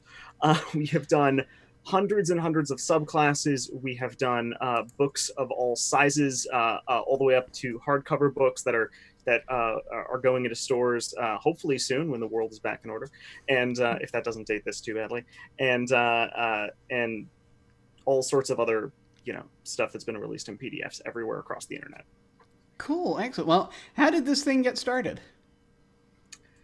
So back when 5th edition was just getting kicked off, I decided, since I made a lot of stuff when I was in 3.5 just for my own little campaigns, I would start a little blog as a place to hold the stuff I would let my players pick from, little subclasses and race options I wanted them to have, because going from 3.5, D&D 3.5 with its massive amounts of content, or even Pathfinder with its pretty big amounts of content, down to 5th edition, which had one book. I think the monster manual might have been out by the time we got over to it too. So, but no subclasses, but it was a very modular system. So I was like, make a few things, put it on here.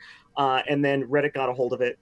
And then I had a regular base of commenters, and I'm like, okay, let's keep this up. And I kept posting very regularly. And then we had a Patreon, and then we had a Kickstarter, and it just kind of ran away with us. So it started with just me and my friend Ben, and then we got on a few more writers from that I had known from the Giant and the Playground forums, with an old bastion of D&D, just extremely good people there. And during our first Kickstarter, Justin bullied his way onto the team for excellent reason, because he has all of the expertise and just being able to deal with people that, like a designer, somebody who is just constantly writing and building and doing graphic design and stuff, doesn't have. And it's nice to be able to kind of have someone else to help you split that attention. So that first Kickstarter was a major success, and he's been on the team ever since. Yeah. So basically, I was a patron at the time, and I really wanted Dark Matter to be funded, and their social media presence was non-existent. So I wrote up a 10-point plan of here's how you're going to make sure that Dark Matter gets funded using social media and spending virtually no money on marketing. And then they didn't do it. So then I posted a revised 8-point plan that was going to be simpler, and it still didn't happen. So then eventually, after I got down to a 5-point plan, I was just like, damn it, just let me do it if you're not going to do it, because this book's not getting funded unless you start using social media. They hemmed and hawed. They finally gave me the keys to the kingdom, and they went from not going to be funded to hitting every stretch goal. And then, I proved myself too invaluable to just be kicked back off the team. So now they let me write things every now and then, and I get to, tweet and hang out in Twitch streams and what have you. Awesome. That's how to do it. Burrow your way in. Very cool. Very cool. So what was your first, you're mentioning your first Kickstarter. What was that for? That was for Dark Matter. We're big into genre stuff. We've done little books for, magical westerns. We've done books all about the Fae. And then we had this kind of idea of, hey, let's just take D&D, put it in sci-fi, don't make a whole new rule set, just have it sit on top of the core rules. And we thought that had enough depth, and it was kind of the fun, loose genre stuff that we liked working in. So we kickstarted, and it did really well. We hopefully will be doing, we'll talk about this later, I'm sure. Oh, yeah. Hopefully we'll be doing another Kickstarter for that soon, to do a second print run and get adventures and a starter kit. So you can really introduce people to D&D through science fiction, instead of having them to bend over backwards to do it through Tolkien fantasy, essentially. Yeah, totally. And so it sounds like you had basically this sort of groundswell that started from a sort of a distribution over just getting into social media and stuff, that as you sort of had built up, so the I guess how have things changed for you then over the years as this has gotten bigger? Oh yeah, oh my gosh. So our standards had to rise quite a bit because we were just putting stuff on a blog for free, a couple of posts a week. Okay, we don't really need art, and if we do need art, it's just a DeviantArt thing, and we'll credit it.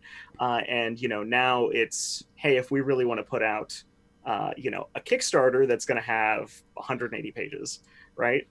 That's going to cost tens of thousands of dollars. So we have to be very smart about how we go about putting that together and funding it. And we have a team of 6 artists that we regularly commission right now, and a handful of writers, and the team has grown a lot, and the standards have also grown in tandem. And as of a couple months ago, this is my full-time job. This is what I do just to keep, because hopefully with a couple more Kickstarters under our belt, we'll be doing just super, super cool. Fingers crossed. My full-time job too. Who knows? And that's not a thing almost anyone in this industry can say. Everybody is doing this as a part-time job. We've seen people who've had much better Kickstarters than us still be doing this as a part-time job because of kind of where they live and kind of how they live and everything. But we think we can make this pretty huge. We think we have some awesome products to bring to people, especially if you love 5th edition, right? If you love role-playing games, we have the products for you. Awesome. So is like D&D you fellas' favorite game, just sort of to do at any point, even when you're not working, that kind of deal, or do you have other stuff you also like to dive into? I personally, so 5e is my favorite. But I enjoy City of Mist, Savage Worlds. I'm interested in checking out Cyberpunk Red. I'm open to other games, but yeah, by far I think 5e is fantastic because of how flexible it is. And if we were only using official content, it would be kind of just trapped in Tolkien fantasy. But long before I started working for Mage Press, I was spoiled by all the different settings. So it's like, hey, we're going to go in the Feywild and do weird Fey stuff. Oh, hey, we're going to do a Western. Hey, let's go to space, etc. And it's kept, for me at least, it's kept it fresh and fun, even though I've been playing the same system for some years now. And so as a designer, I want to read as much as I possibly can, read lots of different systems, know lots about different systems. But as a DM and sometimes as a player, it's hard to find groups to run anything other than 5th edition, especially right now when, hey, 5th edition is huge and it's where a lot of people got into role-playing games. Even though there's a lot of easier systems, there's anything powered by the Apocalypse is easy enough that anyone can run it and anyone can play it, but people are comfortable within their D&D space. They just want it to be more exciting. So that's definitely kind of where we angle, and it's because I know that people have that problem of, hey, I really like this new RPG. It could even be a big mainline RPG. If you good luck getting a group together for the Witcher RPG. I think that's a great RPG. We've spoken to the people who designed it. They're awesome. And we know tons of people who want to play it, but it's not as big as something like 5th edition. So yeah, those are obstacles. So we do play a lot of 5e in our free time. Oh yeah, well no, totally understandable. That's the thing is that I remember seeing once, because I like playing D&D and I also like playing indie games, as folks who watch this channel will realize, and it's. It is very a struggle, especially a big struggle, especially on the local level, to try to get folks for anything else. I've seen people sort of question, well, what does D&D provide? And I'm like, players. you actually, D&D kind of comes with players, whereas anything else, no lie, part of the reason I started this channel was so that I could play other stuff as well. Totally, it's very cool to see a love for any RPG blossom into the kind of enterprise you folks are doing. And so I think it's really great to see what you've put out at this point, and I'm just eager to see what's coming. But in the meantime, where can folks find you if they want to hunt down your stuff? MageHandPress.com or at MageHandPress on Twitter. Awesome. Well, thank you both very much for coming and talking to us. In the meantime, I'm going to go ahead and throw things back to me, future me, or probably the whatever Whatever the we're on intermission and we'll return in a moment screen probably is what we're going to throw back to, while we're still running around backstage crazily. But we will see you folks later. Take care.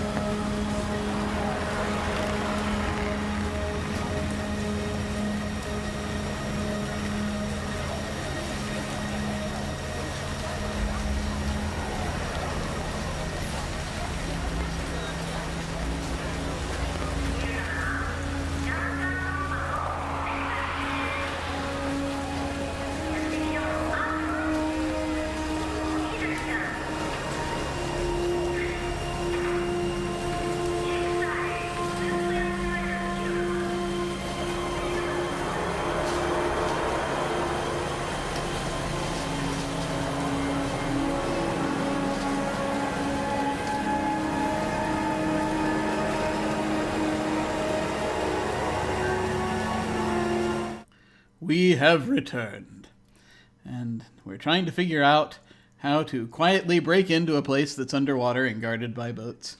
I'm sure there must be a very simple way to do it. I have a feeling it might involve scuba gear. I'm not sure. It could say, hi, excuse me, Mr. Guard. Can you let me in through the super secret door? I mean, I could try that. That might work. I haven't called my contact out yet. Maybe I know the guy. It's possible. Have you considered asking? We've only had two of the four contacts mentioned so far. So yeah, that's true. Becky. I was going to name a contact. Yeah, too bad Becky sucked. The thing is, though, Becky's now on the list of people that are in the world. So Becky may show up again. So Bill, you said you had a contact? Yeah. So Bill is going to call his contact at whatever the equivalent is to AAA roadside assistance. Oh, yeah. The one that has a contract with the arcology to basically help out any of the residents who need help with their boats or their cars. Yeah. So he's going to contact that contact. We'll call her Jessie. All right. Let me get Jessie on the list. Okay. Got it. And Bill is going to ask if he could get on the payroll as a responder. Not a problem. As a third-party contract. And he's going to list his hovercraft as as his roadside assistance. But no, it's great because the way he sells it is that, oh well, my hovercraft can reach anything on land or sea, so I That's a can fair respond point. to either both or both. And he'll ask that. He'll even take his hovercraft in to get the special decals to identify his vehicle as a part of the Absolutely. roadside assistance. Okay. All right. That'll work. So let's see. That's going to be hit the streets to try to get something out of the contact. That is. Let's find it.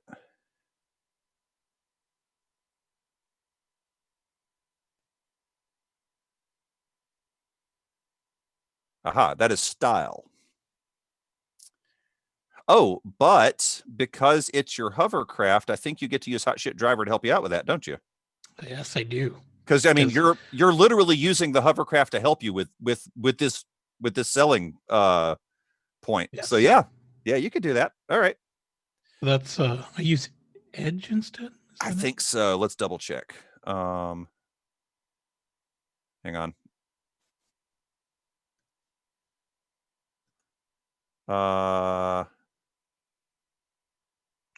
Oh, okay. Actually, in this case, since you're hitting the street, you're still roll style, but you add your vehicle's looks. So, what are the looks on that one? Is it just? It's probably just one, right? Yeah, it's just a one. Yeah. For unfortunately, it's not your motorcycle.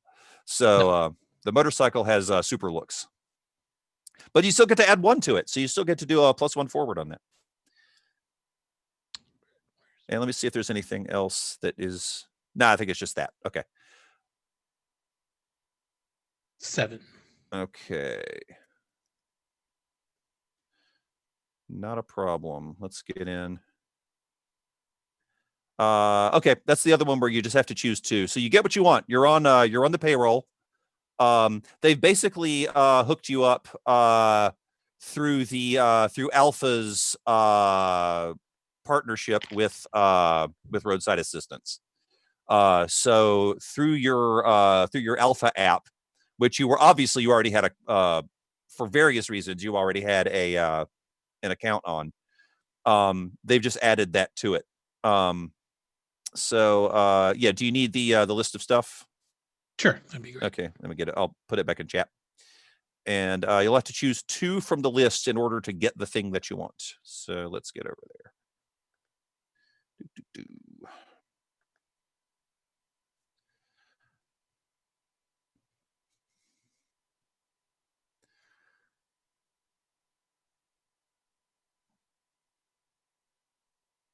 Okay, so my request is going to attract unwanted attention, complications, or consequences.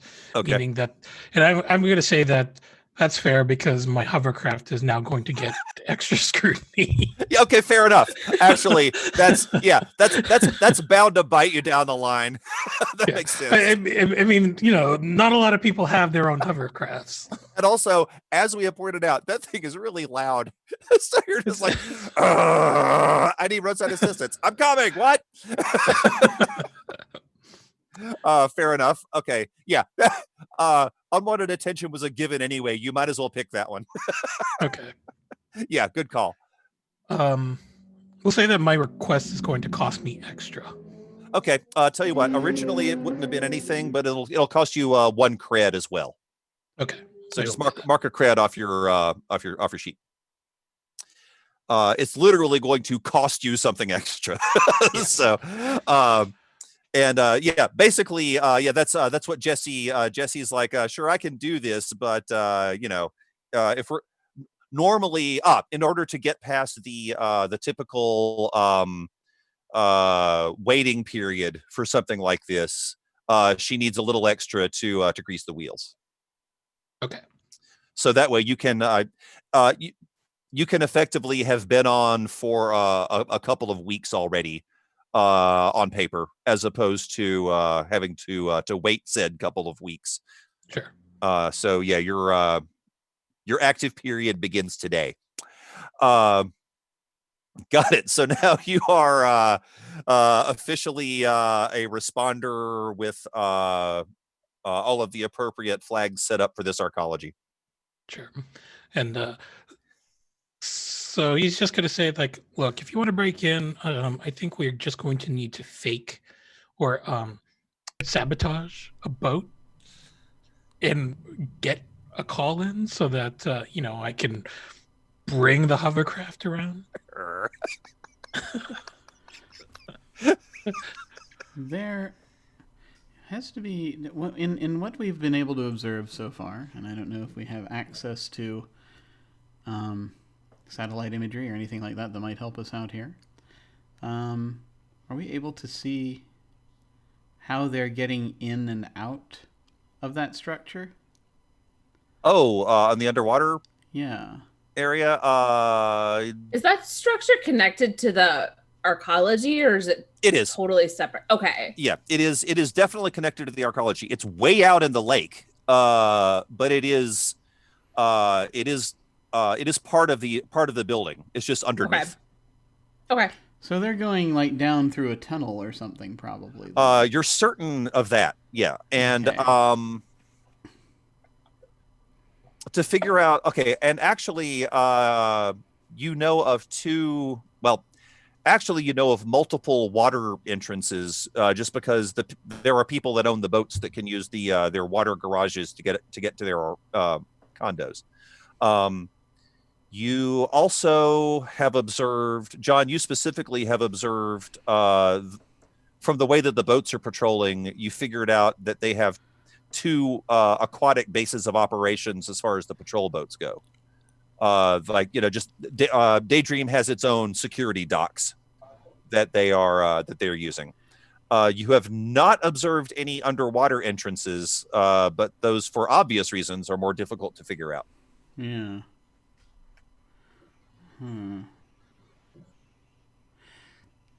Because I'm just trying to think in terms of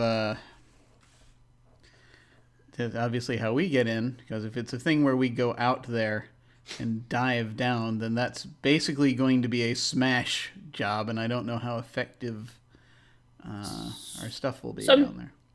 I'm just trying to get like visually how this is. So like the arcology is on the shore of Lake Michigan. Right. And then is this secure space like underneath it in the lake or out in the middle of the lake, and there's presumably a really long tunnel that connects the two? It's underneath, but the arcology itself also extends into the lake.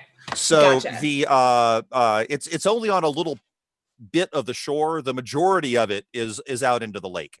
So that just about everybody has a really nice view, really nice water. Well, anyone on any of the outside condos, waterfront property. Yeah, exactly. Yeah. Okay. So it's under the building. Yeah. So it's under the building, but the building is also over the lake. Okay, I got it now. Yes, exactly. This makes a lot more sense. Okay. And the part of it's still in the building. It's still part of the arcology. It's just way out on the end that is in the lake.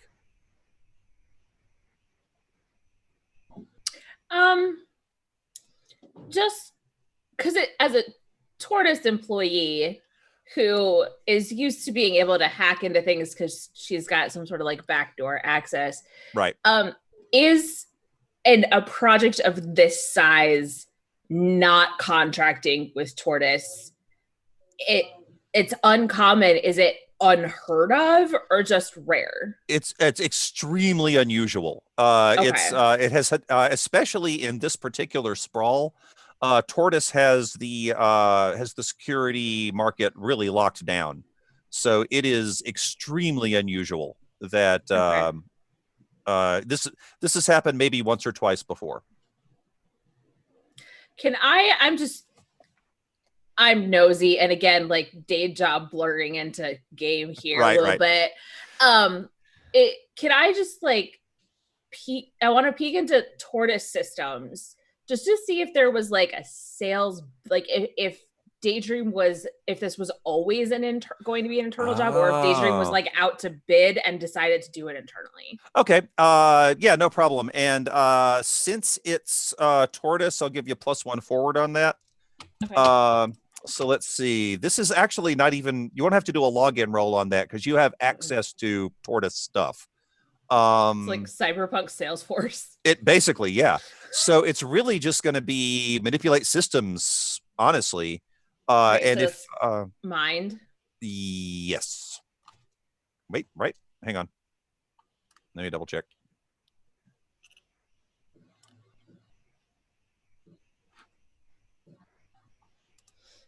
All right. Oh, synth. Sorry. Manipulate systems is synth. Oh, sweet. So synth, and remember your +1 forward. Not to make it like a 4.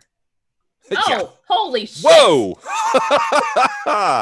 Okay. Wow.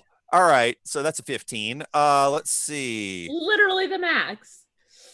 So you've got 3 hold over. The What system would this residential. be? Well, this is Tortoise. You're looking at Tortoise. the Tortoise side. So what, This would be sales? sales. Yeah. Okay. So you've got 3 hold, meaning you can and this again, this would be a database because it's Yeah. a database of just sales information. Mhm. So instead of you can go ahead and hold on to the hold, but what Okay. specifically are you trying to figure out? I just want to see if there's any record of our Tortoise sales group meeting with Daydream about this specific project.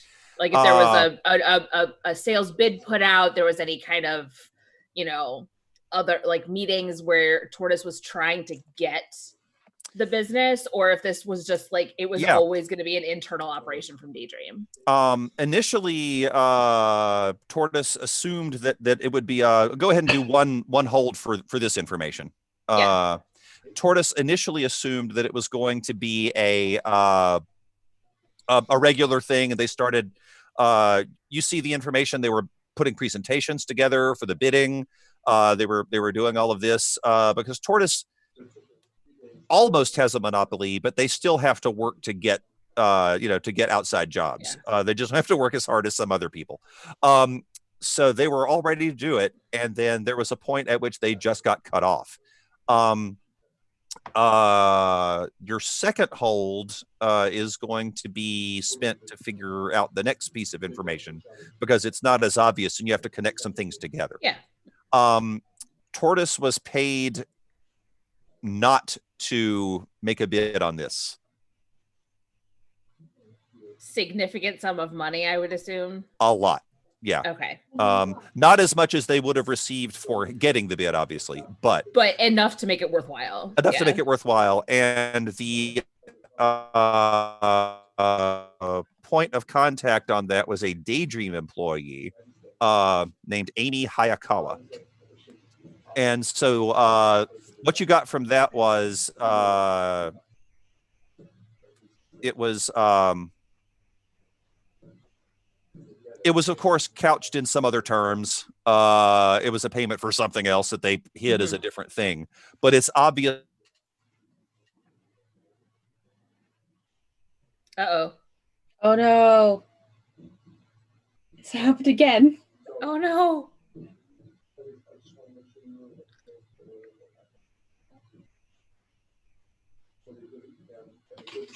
Oh, did I freeze up? Yeah, Yes, but you you're did. back now. You're good. Okay. What was the last thing you heard me say?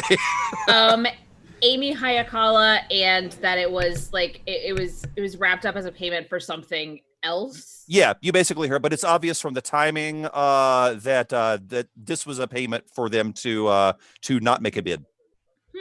Interesting. Okay.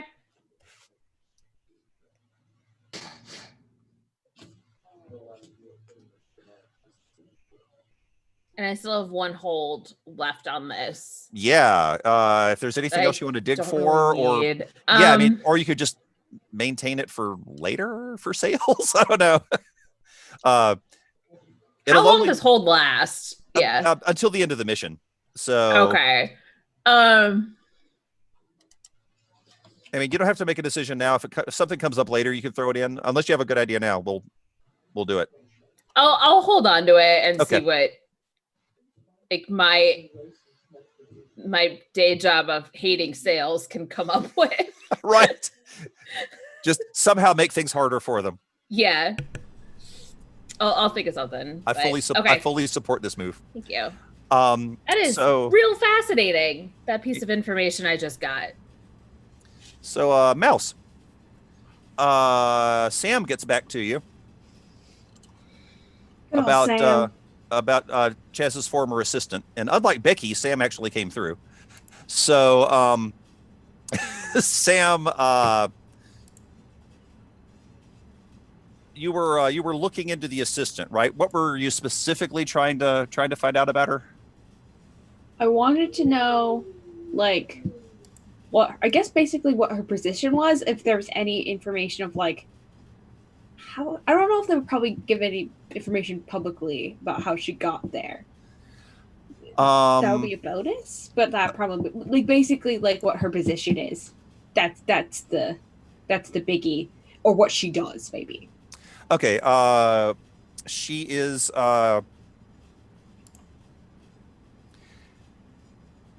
She is a mid-level executive in what is called the lifestyle division.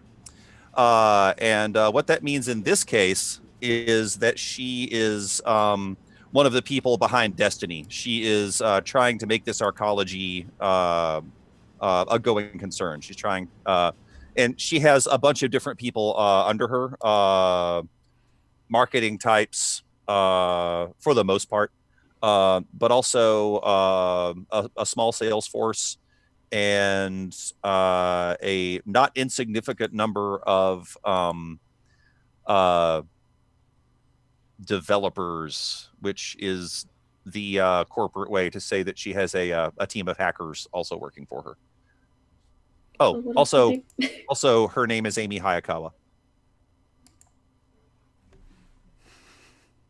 Amy what? Hayakawa. Let me put that in chat. Same person that told Tortoise to not bid. I would have shared that info with the rest of the group, by the way, that Tortoise kind of got cut off and there was this person who said not to bid on it.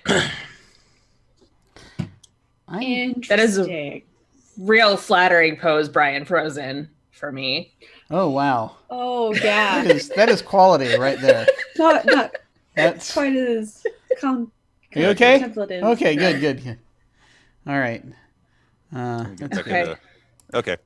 That is not how I was spelling that last name. Okay. Oh, did it actually show up? Good. It, I hit froze. Paste. I hit paste just as my screen froze. I was concerned. That's how Oh, Brian is having that's not temporal what I no. issues. thought. Oh no. Brian is frozen in time and space. Okay. I know, man. Are you all right? This is not the time for that to be happening. Okay. No. That's all It's right. like my internet is also being wonky, so The internet decides to internet sometimes. It does. it really does. Fortunately, it's not being permanent. Fingers crossed. Let's hope that That's continues. good. All right. Yeah. All right. So yeah, that is a name you have now heard twice recently. Is And she is definitely the one that was in the car. And Mouse, she would recognize Alice, of course. Not necessarily. Yeah. Not she knows who necessarily Alice is. any of the other mouses. Yeah. If we Yeah, somehow she didn't were- know idea who's of a Zach. So No. as far as I know. Amy Hayakawa, she was in the car that picked up the person we liberated Yes, last she was. time. Mhm. And she's the one who is really a driving force behind Destiny and is the one who also told Tortoise not to bid on the security contract. That's right. Okay. Oh, so This is not a suspicious person at all. Oh, not even remotely. Also, Sam. Sam tells you that is in charge of the grand opening ceremony, which is happening in a few weeks. I have I to want to wonder. stir some shit. I want some drama into her life. Oh, for certain. It just occurs to me that if we had to pick someone whose security badge we wanted to clone, that wouldn't be a bad candidate. Mm-mm. Hmm. Nope. Because presumably she would have access to that area.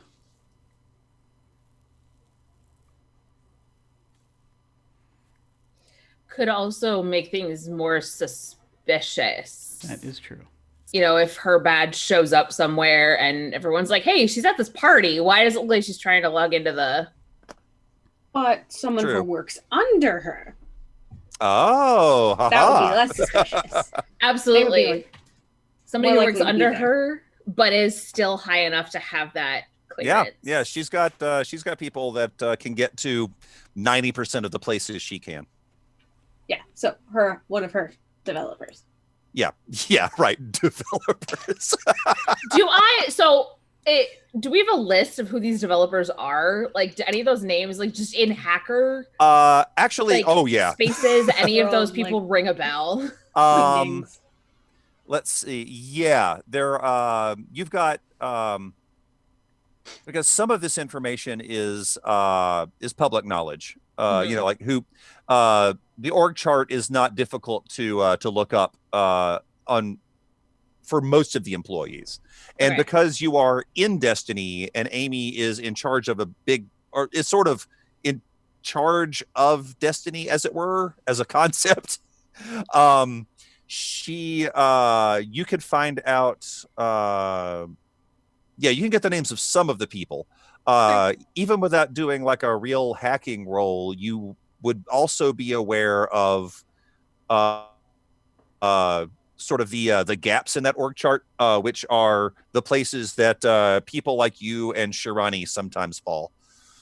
Got it. When you're doing things for Tortoise that are not officially for Tortoise. Mm-hmm. Yeah. Yep. Okay.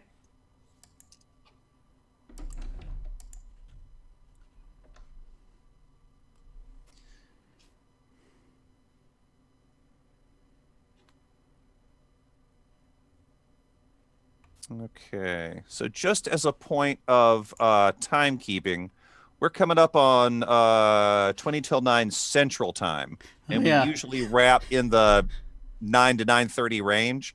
So if we want to, we can play tonight until we finish up the legwork phase, and then start next session with the mission phase if you want to do it that way. How do you folks feel about that?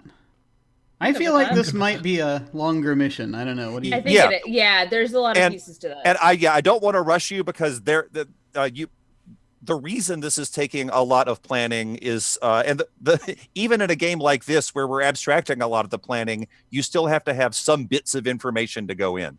Now, I think from my point of view, I think you're closing in on enough things where you're not necessarily, the shape of but and the good news is, unlike a lot of other mission-based games, you don't have to actually plan the whole thing. The good news is that the roles you're making now are going to make it harder or easier once you're in there and doing your stuff. And we get to abstract a lot of that too. So that's not as, but having said that, I don't want you to feel like you're going in blind. So I think I think we might all benefit from making sure we have the time. And again, 20, 30 more minutes or so, and then we'll kick in with the actual mission next time. Cool. Okay. So if everyone's good with that. All right. Well, in that case, let's see. Just to make sure we've got everything. Bill, you've got your short-term contract with as a maintenance hovercraft driver. So, are you doing? I know. Are you doing anything in the hovercraft right now? What are you doing while the other people are? It took you a little while to get that. So, Bill has got his uniform together. It's basically the skipper from Gilligan's Island. Oh, that's how he's going to dress himself up as. You gotta have a hook so people remember you. Is that it? That's it, essentially. Perfect. He does it to mostly be disarming. Yeah, I like it. And so no, he's just getting his hovercraft ready. He's he's outfitted with all the tools that he might need. He's actually very fastidious about this. Strikes me as that kind of guy. But also, he is probably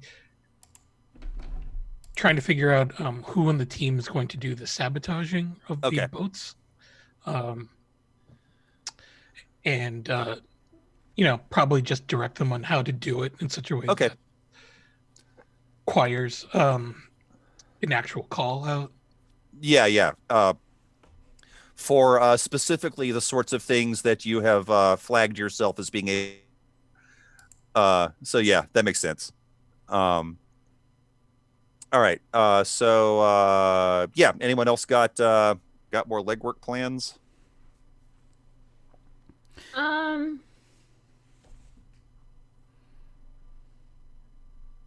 did, and then it just it left my brain.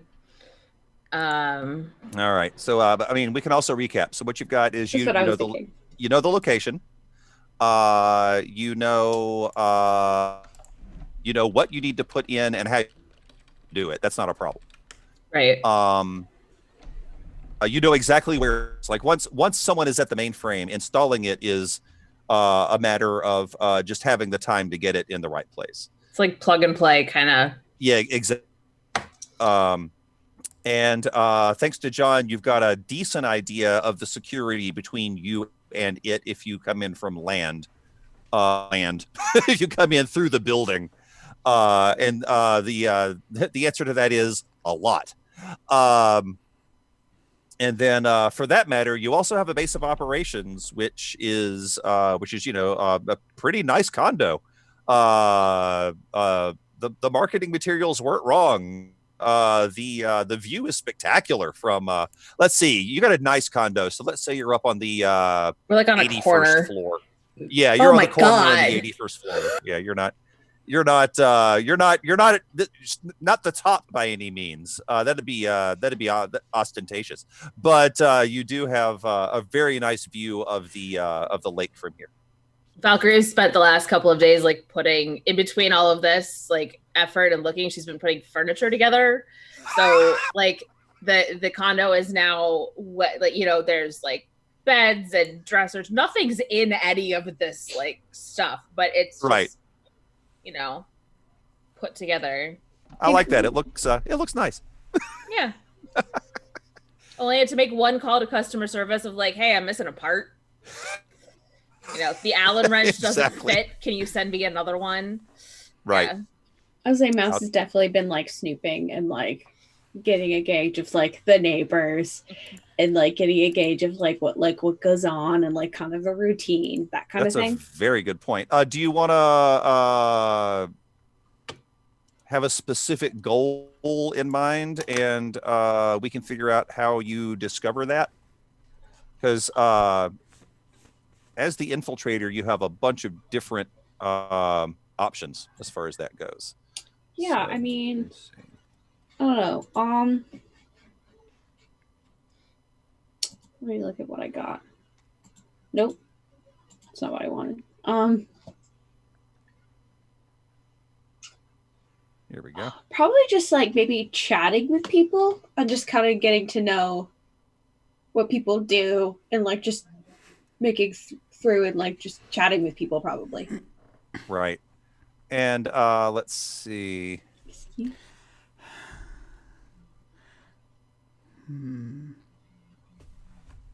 And you went with cat burglar, right? Yes. Okay. But I also cat burglar, but also master disguise. I don't know if that's Exactly. important, but it might be in a minute. So no. it depends it depends specifically on your approach. I mean, right now, well, technically you are disguised as Zach, so that actually works. Yeah, because I'm not math. I'm just this dorky kid. Right. So tell you what, do me a favor then. Make a covert entry roll, because technically you have infiltrated a secure area alone, because you're off on your own looking at stuff. And basically just getting the lay of the land and doing a version of assessing. So you roll cool on that one. Cool. Ooh, I'm good at that. As it turns out. Yeah, quite good. Okay, so that gives you one hold. Yeah, you get one hold. And hang on, you're not necessarily going to use it now, but I will put it in chat just for future reference. This has made things easier for you. Sick. Yeah, hang on. Here we go. Right now, I mean, specifically right now, you don't need any of that, but keep in mind you have one hold that you can use for any of that stuff. Good to know. This is basically just from poking around and getting an idea of what's going on in the arcology. You're walking around as Zach the Slacker kid, and and let me look at one more thing to help you out.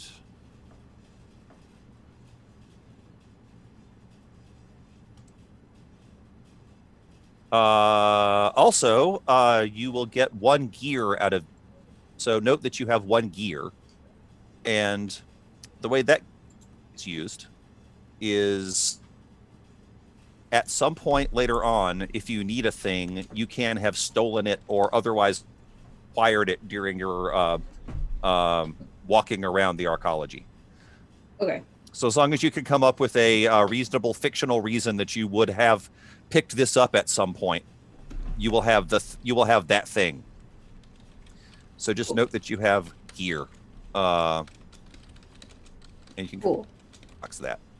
And as Master of Disguise, since you are in fact in disguise, and so far your cover hasn't been blown, do remember that if you roll a 12 or higher, to remind me to lower the action clock by 1 segment. It puts people at ease. Cool. I will remember that. Okay. Arg. I'm getting the internet unstable thing again. This may be a good time to. There we go. Everything's fine. I see people moving. We're fine. All right. Okay, cool. Let's see. Oh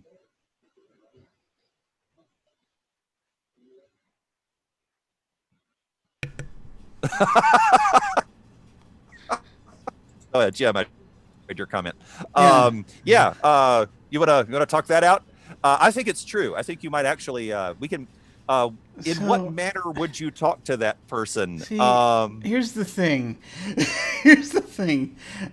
Me using contacts, I keep thinking is not a great idea because it may mean having to roll style, and I worry. There are other moves that apply, but unfortunately, of them are still sort of station moves. Let me paint a minor little picture here of a possible story point, and we'll see if there's a way we can shake the cereal box enough for the prize to fall out.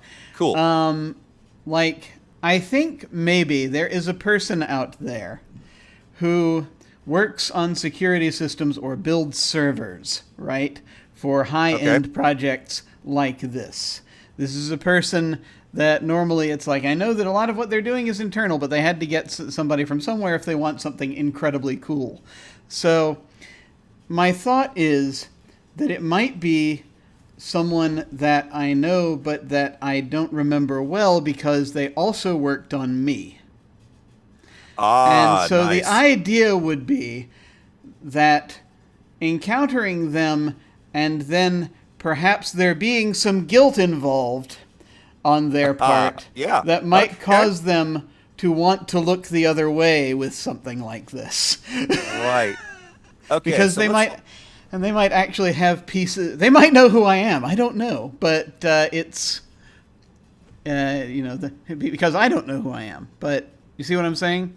Yep, I see exactly what you're saying. So there's a chance of something like that, but I don't know its specific shape.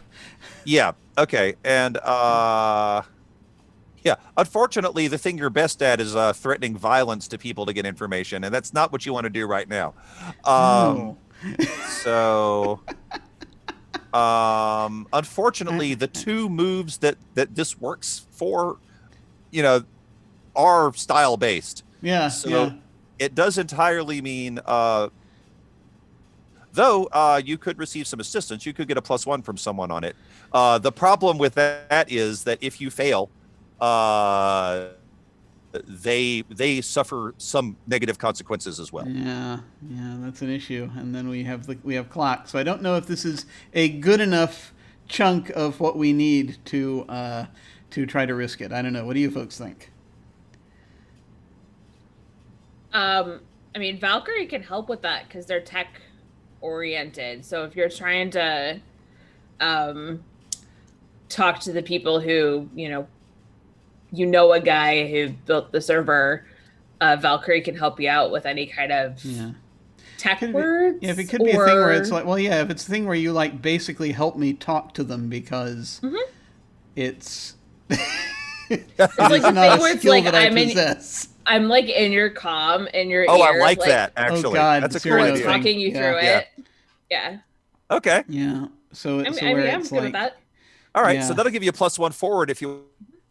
And I mean, to a certain extent, I mean, we could. I hate to do it this way, but we could bend it into an intimidating thing where it's like, if we have dirt on them somehow, it could be, I know that you are doing this, and I really don't want you to, well, that's a fair point. So let's see.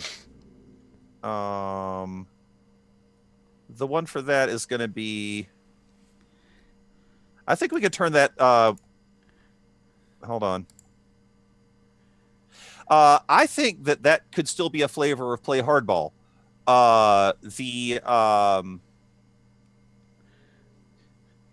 Because in my opinion, you don't have to necessarily threaten physical violence. Yeah. As far as this goes, you just have to threaten and be willing to follow through on it. Yeah. So play hardball is the move if you will follow through. Like they don't do what you say and you follow through on the bad thing. Well, if you're bluffing, that's fast talk, but that's style based and probably not. I think he actually would do, if he's going to imply something and then. All right. He'll still, So is this someone that is currently involved, is working for Daydream now? And maybe wasn't earlier, or maybe they were earlier. We don't have to specify that. I think it's. I think this could be someone who was under contract to Daydream while they were building this thing, while they were designing and building this thing. So, like, helped design it, helped make sure it was working. That makes sense. So this is a specialist of some sort that they needed for a. This is like a crazy high-end specialist who. Does things like that, and also does basically consults on things like me. Things like you. Okay. Yeah. Cool. Let's do that. And I think it makes a lot of sense for Valkyrie to be able to help you on that. That actually works. Yeah. So what's funny is you're still getting to roll edge though. Yeah. Which I suspect you're better at than style. I am better at edge than style. My edge is 0. Oh God. Give you an idea. So the +1 on style would have brought you up to 0. Yes, it would have. All right. So what is this person's name? Names. I need a person who builds people type name here. I need one of those cyberpunk people who build people names. Yeah, you do. So it's let's see.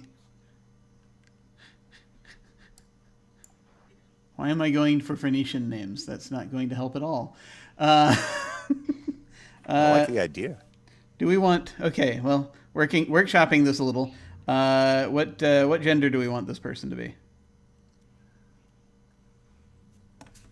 I like the idea of female because it kind of flips what you would expect. That's what I was thinking. I dig that. Okay. Okay. So let's see. We're coming up. I'm thinking first name Adrienne. Okay, I'll get Dig that. it. And I will go with, let's see. Do we want someone Greek? Cool. I like that idea. Okay. Leonatos. Ooh, how do you spell that? I'm going with Leonatos.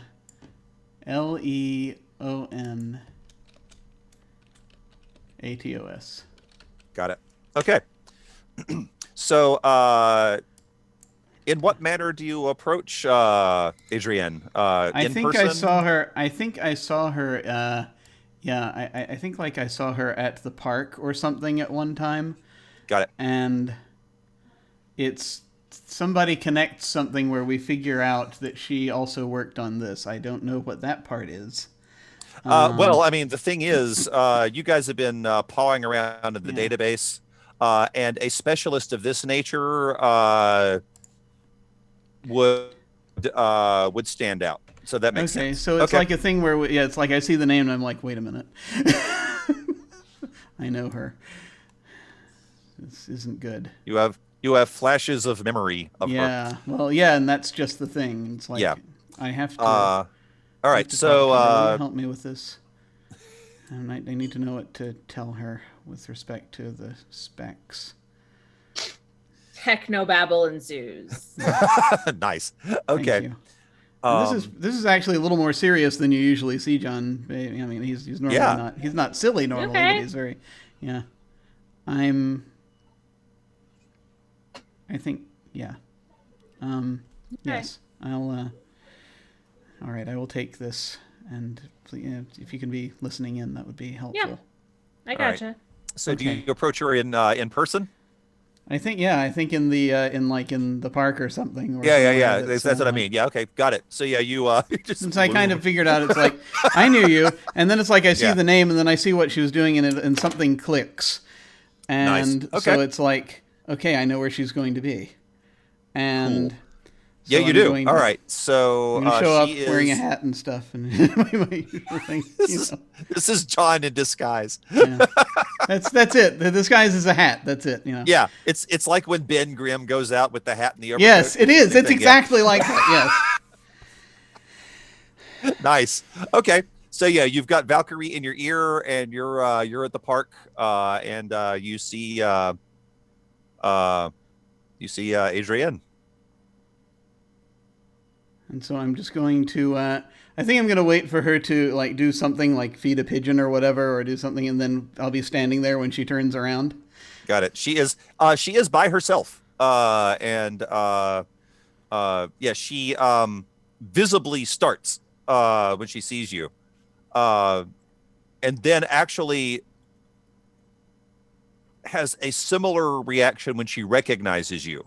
So first she's just startled that large person is looming near her, and then she figures out which person you are. And she says,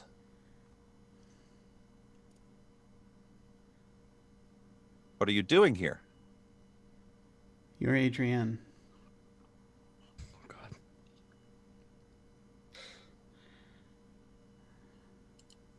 I'm.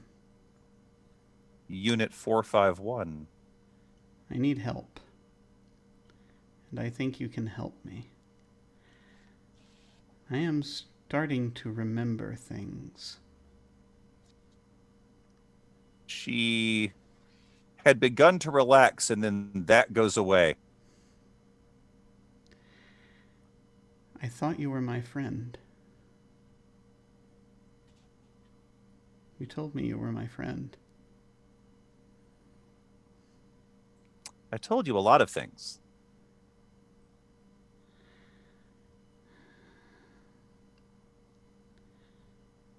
What else did you remember? I remember you were very comforting to me when I was on the table. But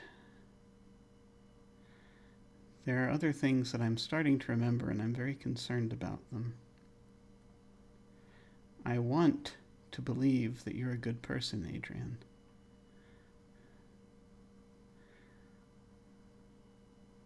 And not the sort of person they send me after. I really do.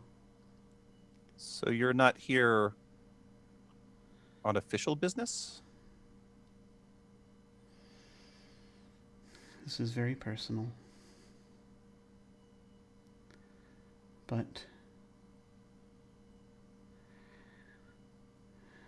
I think that if you can... There's a lot I have to sort through. But if you can help me, then maybe it won't be so bad for us. And at this point, make the roll. Okay. We'll see which way it goes. Yeah. So that's edge and add +1 because Valkyrie is assisting. Okay. And you're hearing Can I all of hear- this. I was gonna say, can I hear both sides of this conversation? Yeah, you can. Yeah. Yeah, Okay. you totally can. Yeah. Yeah, this is like the leverage comms. You can hear what Yeah. his ears hear. Over there. All right, kids. I'm making a roll. Let's see how it goes. Ah, Man. so close. Even with the +1. Even with Um, forward. Just... All right. So let's look that.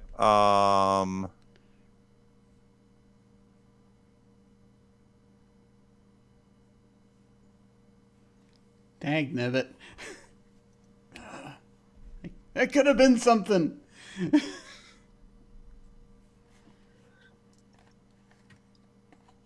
It could have been something, Adrian. Jeez.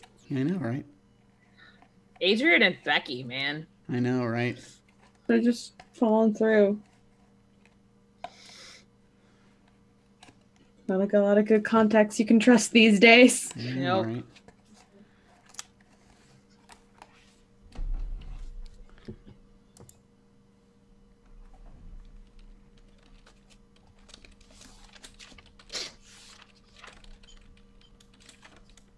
Oh, crap.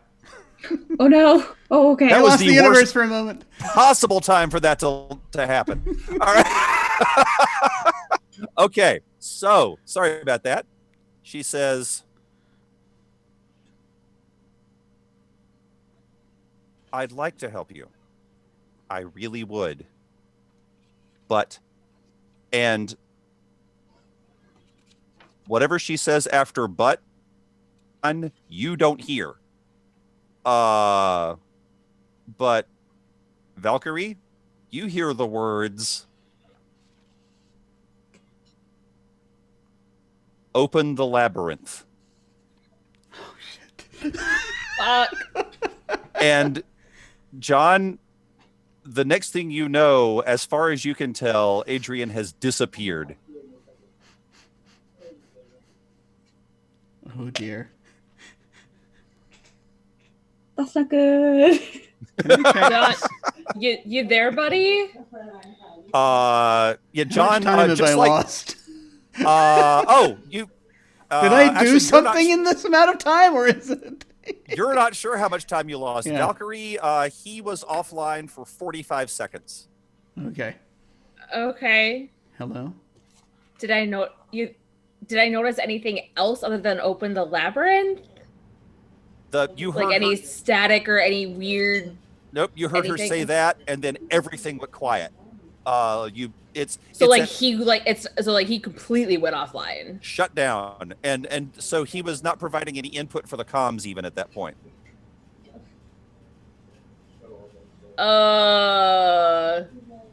That's not good. Valkyrie's like running all kinds of things. Like, is it on my end? Like, what the hell happened? And then Yeah. kind of hears like the power up of like, oh my god, are you there, John? Hello? Hey, Yeah, What? John, you come to like in the middle of one of middle of the Valkyrie's Valkyrie's saying. just like babbling of like, okay, running a diagnostic and what the heck is happening? And What happened? hey, Bill and Mouse, like John's offline, and She's then gone. she's. What do you mean she's gone? She's vanished. She was Can here. She's not I- here. Stand by. Can I pull up security camera footage? Yeah, you'd have to hack Any- into the park security system, but you've got a shot at it. You want Yeah. to do that? Yeah, let's go Yeah, for I it. do. All right, so that's just since it's security camera, you'll have to do a login and then console cowboy. So login is just mind, right? Just mind, yeah. Oh, synth. Sorry, it's synth. I apologize. 7. That'll do. Oh, you still have to choose one, but you're in. You want that list again? I'll throw it out. I got it. I found it. All right. Okay. Let's pick one of those. In this case, the mission clock is going to be the legwork clock. If you do choose that, it will not be the action clock. If you see what I mean. Okay, then I'll do that for the legwork clock. Okay, it'll bump the legwork clock up to 1500, which right now is at all. Yeah, and at this point, that clock doesn't affect the action clock, so you're good to go. Okay. All right, so now they're aware on the leg. They're mildly aware on the legwork side. Good news is you're in the now do console cowboy, which is, I believe that's mind. Okay. That one is okay. 12. Oh, you're real good at that. Okay, what is that? 3 hold? Okay. I think it's 3. Yeah, it's 3. All right, so you've got 3 hold over the thing. So I'm assuming now you're in the security system. More to the point, the security camera system for the park. That's what I wanted for the parks. Yeah. Find John's location. Got it. In it and like rewind by like I don't know 2 minutes or something like that, so I can see what. Yeah, you see John. Actually see Adrienne before, so now you know what she looks like, kind of from a distance. And you see them talking. You see her slowly backing away from him and him walking towards her. And then he stops moving and she runs really, really fast away from him. Do I track like what direction she's running in? Yep. Yeah. It's just the park's full of paths and she just runs down a path. Oh, Ed, you're in the security camera system. You can find out exactly where she runs. Let's follow her. Yeah. In fact, you can do this effectively. It's not quite in real time, but you do manage because you're basically watching the security recordings, as it were. But it records everything instantly. So you're basically following like a few minutes after it actually happened. And you see her get into a car. You can't read the license from here, but you can. But you have a very good image of the car itself. Okay. And the car that she gets in the back seat. It's either driverless or being driven by someone else. Okay. And does that then take her somewhere else in the arcology, or is she gone? Well, she was. We weren't in the arcology. Yeah, you weren't even in the arcology. Okay. Okay. But you do the security cameras from the park. You know which direction she drove, and you can track her until she turns a corner. So you've got you've got the first leg of her car journey as well. You know basically what direction she went. Yeah. What kind of car was it? That information. Oh, and you still have 2 hold in the security camera system if you want to do anything. Fabulous. So what kind of car did she jump into? So it's this was one of the Raven Sports consumer models. Ooh. Okay. But one that is legitimately known for being able to go fast. Okay. And may or may not have had a driver. Actually, yeah, you got a good enough view. It was it had a driver. There was a human in the driver's seat. Okay. Did I get any vibe as to whether this was waiting for her, or if this was just like the scene in the movie where somebody jumps into the back of the cab and says, go, go, go, go, go? Oh, that'd be great. But no, you're certain that this was a personal vehicle. And she got into it as if it's hers, as opposed to, because there was no hesitation. There was no negotiation. She jumped. She just opened the door and got in. Actually, the door opened before she got there. The door opened for her, and then she jumped in. God, that's cool. Yeah. Okay. All of that is not suspicious in the least. I think it's totally fine. I don't know what else I want to do with the park security camera, so we're gonna leave those. The 2 you've got one. There. You have 2 hold actually. Yeah, you're. God, I'm like in so many different things right now. I know. Maybe you So can my make tab's the park security just- cameras for those other cameras you got hold on last time to just sort of. No. Yeah, oh God, the ones in the stairwell. Just swap them. Like, Yeah, I didn't know we I had trees. What's this bench doing here? Yeah, because I still have 3 holes in the residential database. Yeah. And so I've got 2. I still have 1 in the tortoise sales system. I know. So, And then and another 2 here. So I'll leave those for now because I don't know what I want to do with them. Yeah. I just have John kind of return like I tracked her as far as I could, but she's in the wind. You might want to come back. Okay. Something's different.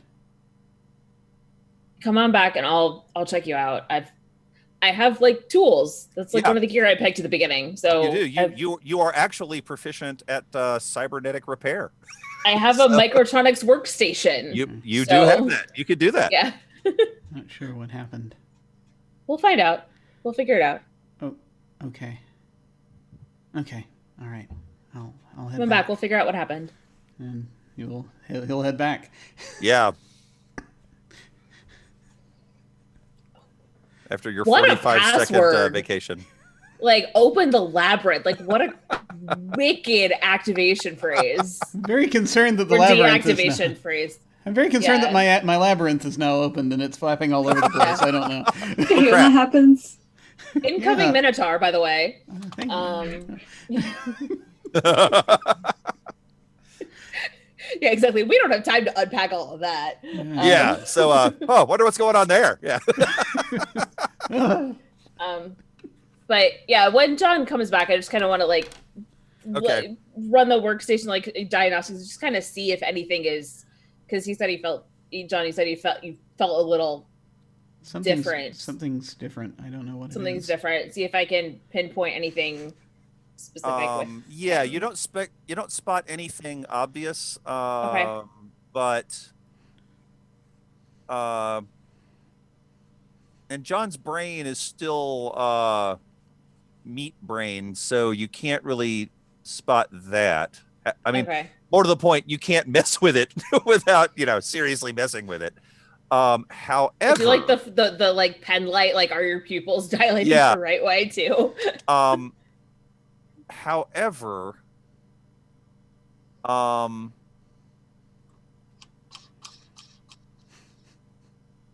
okay. However, John, you do have the neural interface, right? Let me just double check my thingies here.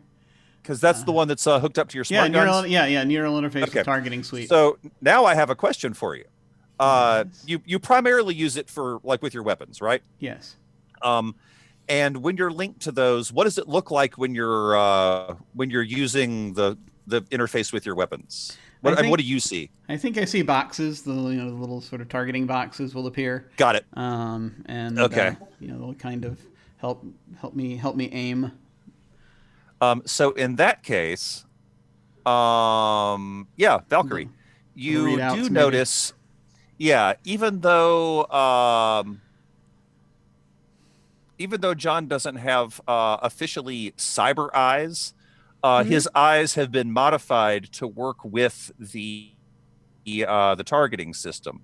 Okay. And while you're investigating that, you spot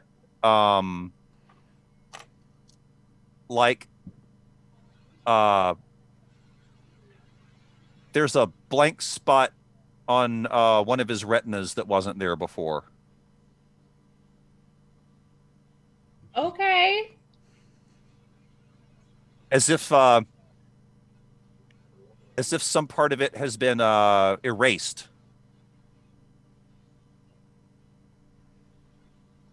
And she uttered the phrase and then bolted. She didn't touch him or anything. Right? Absolutely not. Nope. She Okay. said the words and then ran.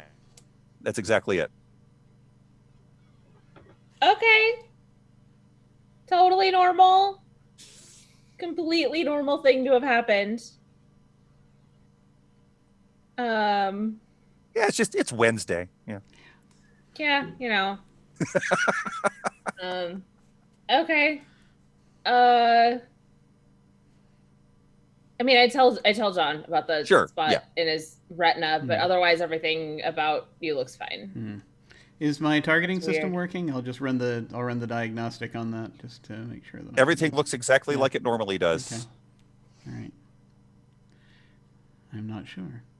I kind of am imagining that where it's like that John has kind of like an artificial face, but it's so he looks kind of like the androids in Total Recall, if you recall those. So it looks mostly human, but right. there are moments of uncanny valley. But I don't know if my eyes are. I know they're not cyber eyes. I don't know if they're also artificial or if they're. They might. My guess is actually given the way we've been describing John, they might be human though. So they might have been specifically engineered to work with your targeting system. Yeah. I think so. Yeah. Okay. Cool. So they are artificial, if not cybernetic, which is maybe with a difference, but it's it's a very fine line there. But yeah, it really is. It honestly is. Well, it's a difference between biotechnology versus cyber technology. Yeah. Got it. All right. Cool. All right. Anything else? That unfortunately, I think I've done enough damage for one night. It yielded some information, just not the information you were looking for. Unfortunately, no. That also means, let me see. I do need to make a move in response to that. Let me see if you guys notice what it is. Adrian Tortoise? Who did she work for? She Daydream. She was. That's a good question. What do you think, John? Well, I think this is one of those wonderful things that we can call a mystery and then make later, but it's to an extent. But I think she contracted to Daydream. I think at the time that I was sold to Tortoise, she might have been under contract with them, possibly, or with whoever. I think she was under contract with whoever Tortoise bought me from. Got it. Okay. She's a super shady individual who just kind of works for whoever will pay her. I like that idea. Yeah, she's a freelance genius. Okay. Yeah. That works.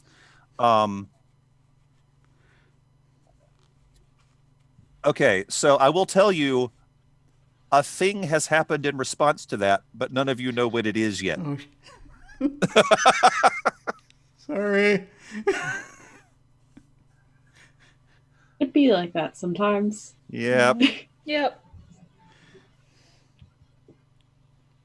Well, that's all I've got. That was I guess about as far as we can go with that one right now. That was a good time. Yeah, that again, that led to an unexpected path. Just All right. Yeah. Oh, that's totally not going to bite us later. No, never. Not at all. Absolutely.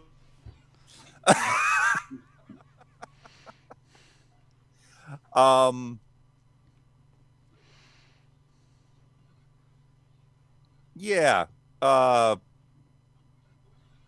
Actually, I think.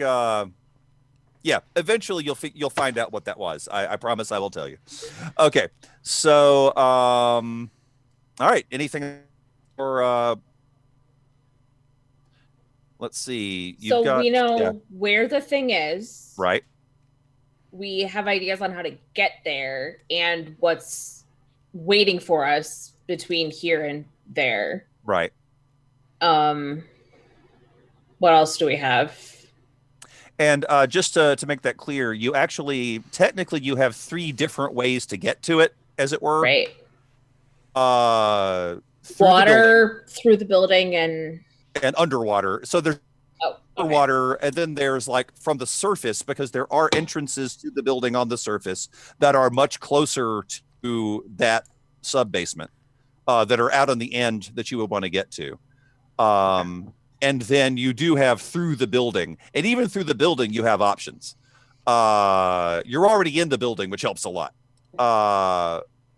But keep in mind that there are at least 2 helipads on top of this thing as well. and We you have do lots have of a helicopter. options. That could be used for in or out, as the case may be. We don't have a helicopter, do we? You Or do that's have a not hard- helicopter. We do. Oh shoot, Yeah. that's right. Yeah, Mhm. yeah. Bill, We it's very on his much character do. sheet. I'm looking at it now. He has a helicopter. You That don't was even have to awesome. steal one. It's pre-stolen. We just own it. Yep. Bill just owns it. Okay. Yeah. Possession, 9/10 of the law, that kind of thing. Yeah.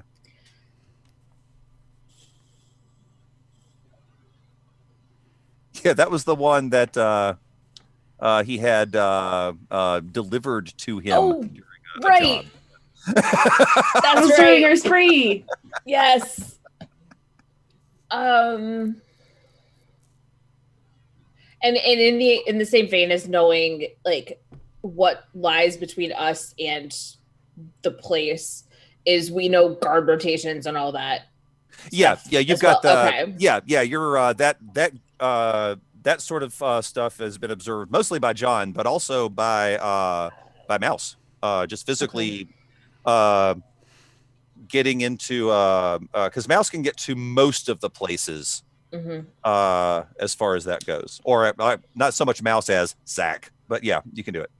Mouse has like been playing like Bridge or something when all of this has been happening. Like, Oh, there's totally. been a test thing, and Mouse is like just like hanging with like a bunch of like different groups and gone to like whatever events, because it's like you described this as like a land cruise ship, right? In a lot of ways, yeah. So yeah, like doing like weird like land cruise ship things. Like Mouse is having a little too much fun.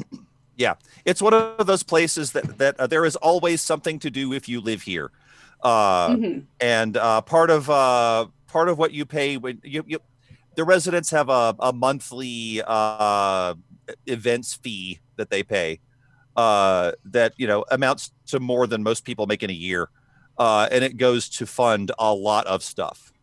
Yeah, done some Zumba. Like Yeah, right, done, like, yeah. a spin class. There's like, Spengler shuffleboard. Yeah, it's all of the things. cyber shuffleboard. Yes, it's the same thing, but it's like neon. It is. Yes. It's automatically cooler. Do we want to grab some like security card access so that we're not having to completely, whoever goes in isn't having to completely BS their way past some guards? They've got the. Yep. Okay. Okay, so that's going to be a login roll first. And this is going to be just like the Raven job as far as getting into the thing that creates the badges. Okay. So it's synth roll is the login. Yep, synth for login. Right. Okay. And 13.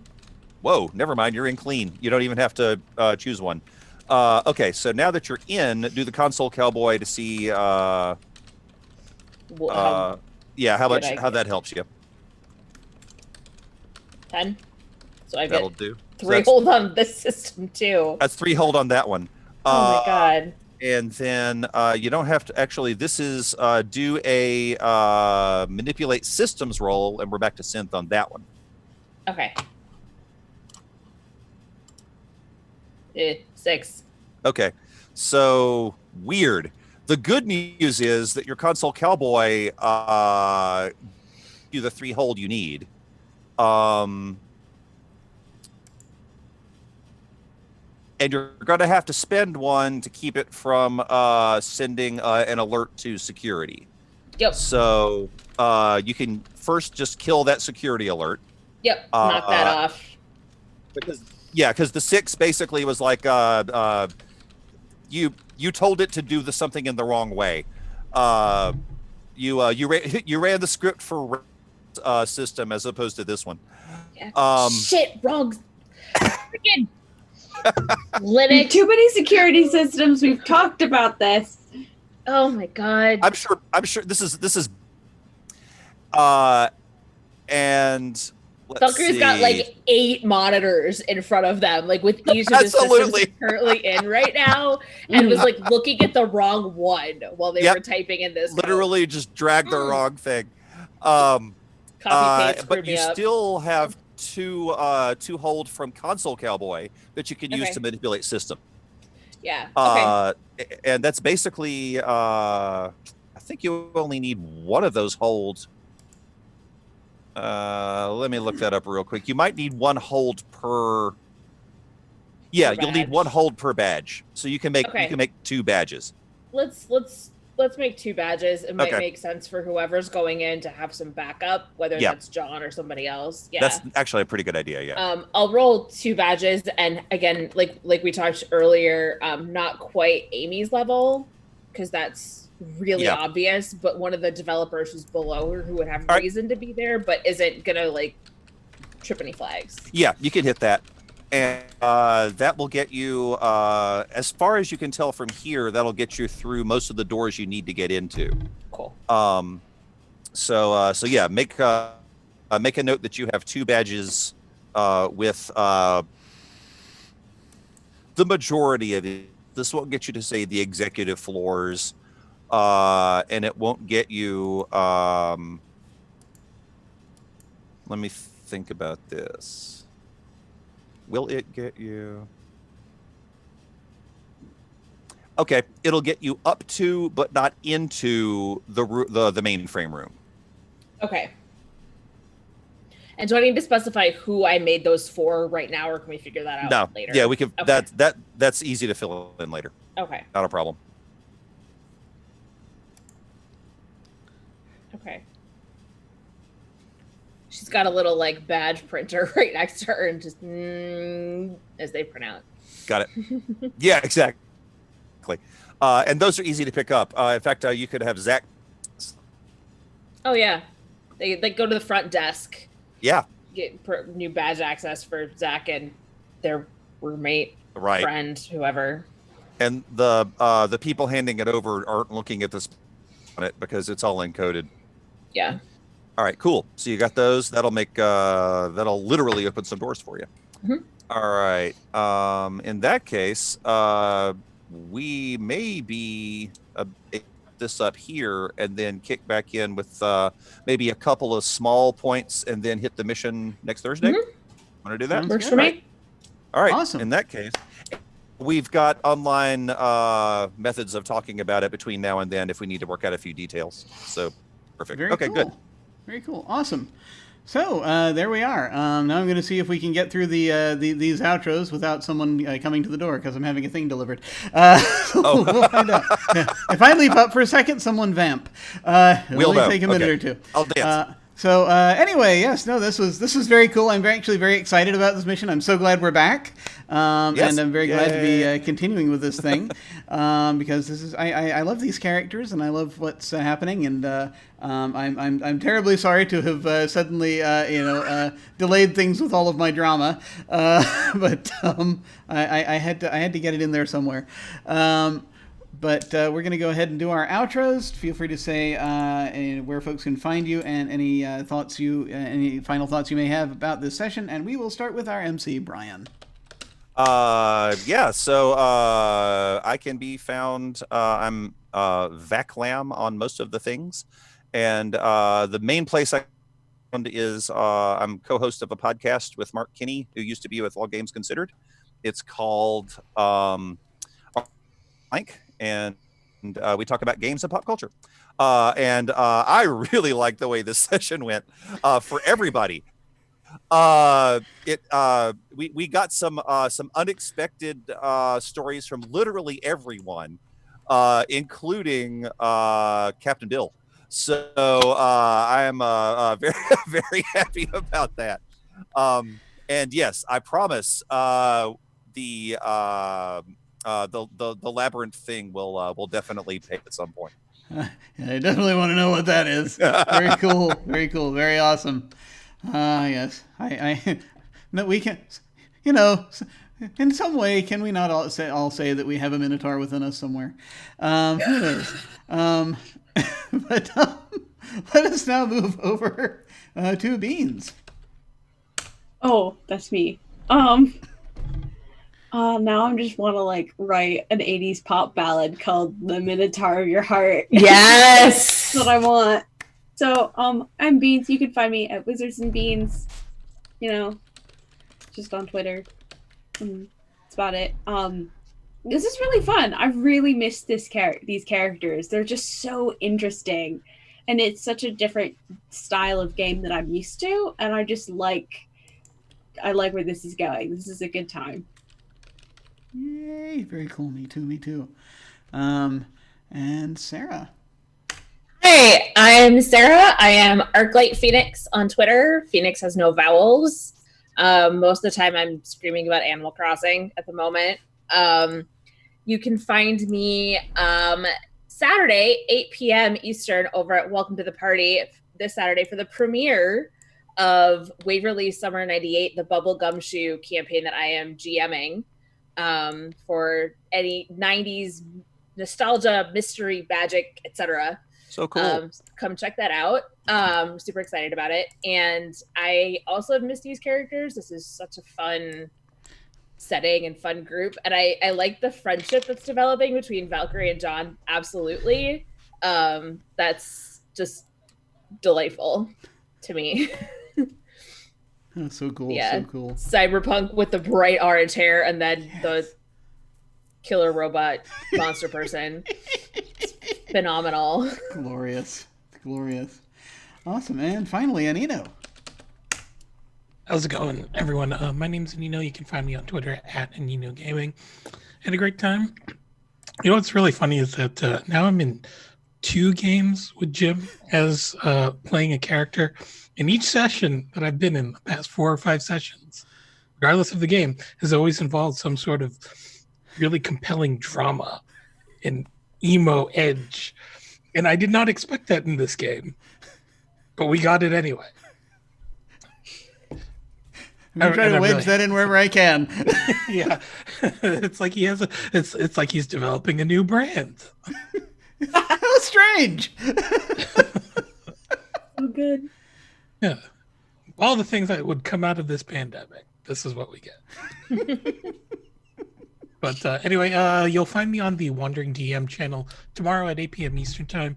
We are between Cyberpunk Red seasons, but we were given the go-ahead by our Telsorian Games to preview the full character creation rules for Cyberpunk Red. So we'll be getting together and redoing all of our characters with those new rules. I'm told that my Rocker Boy, by way of professional wrestling, is going to be getting a lot of cool tools to play with. So That is outstanding. yeah, looking forward to that. You'll find me again on this channel at 8 p.m. Eastern Time on Saturday for another session of Invisible Sun. And then again on Sunday, 7 p.m. Eastern Time for Dark Matter. So tune in for that.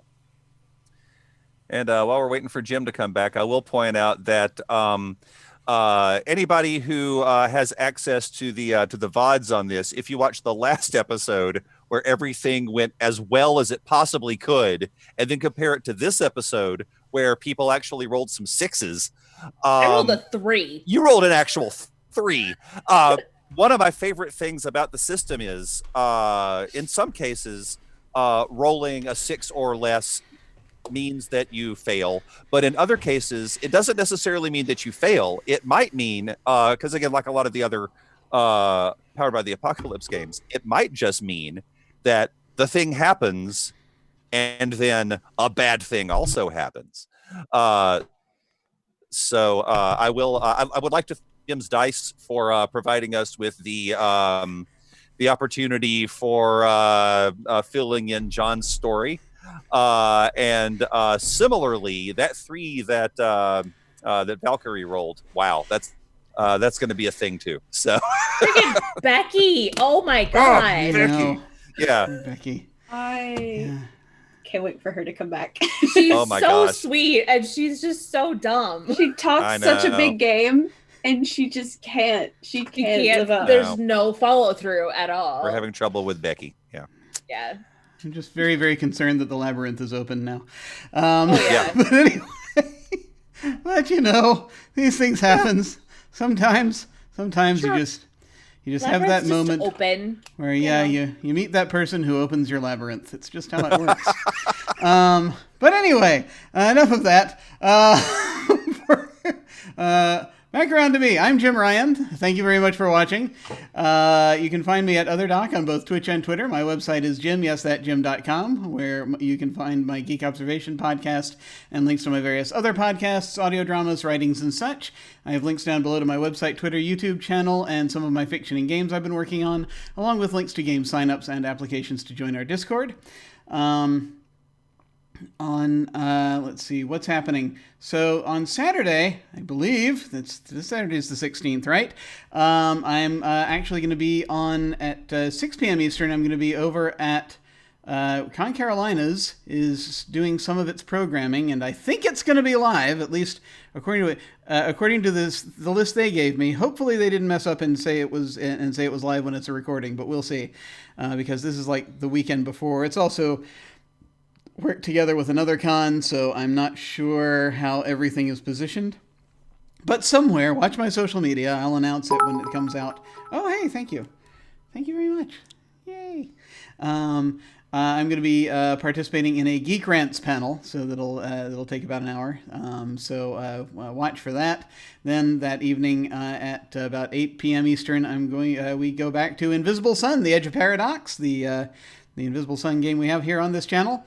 Then on Sundays, we do one-shots in the afternoon. The one-shot this Sunday afternoon will be Become, which is about artificially intelligent detectives, basically, of a sort. It's a sort of a tech noir game put together by Anarysis, and it's just basically about artificial intelligence beings discovering themselves and other things as they try to solve a mystery. And so I'm very much looking forward to that. And then Sunday evening, we have our regular Dark Matter campaign, Ghosts of Saltmaw, run by guest GM Melissa. Then on Monday night, I'm over on Salty Sweet Games playing in their D&D 5e campaign, Strange Invasion: Assault on the Barrier Peaks.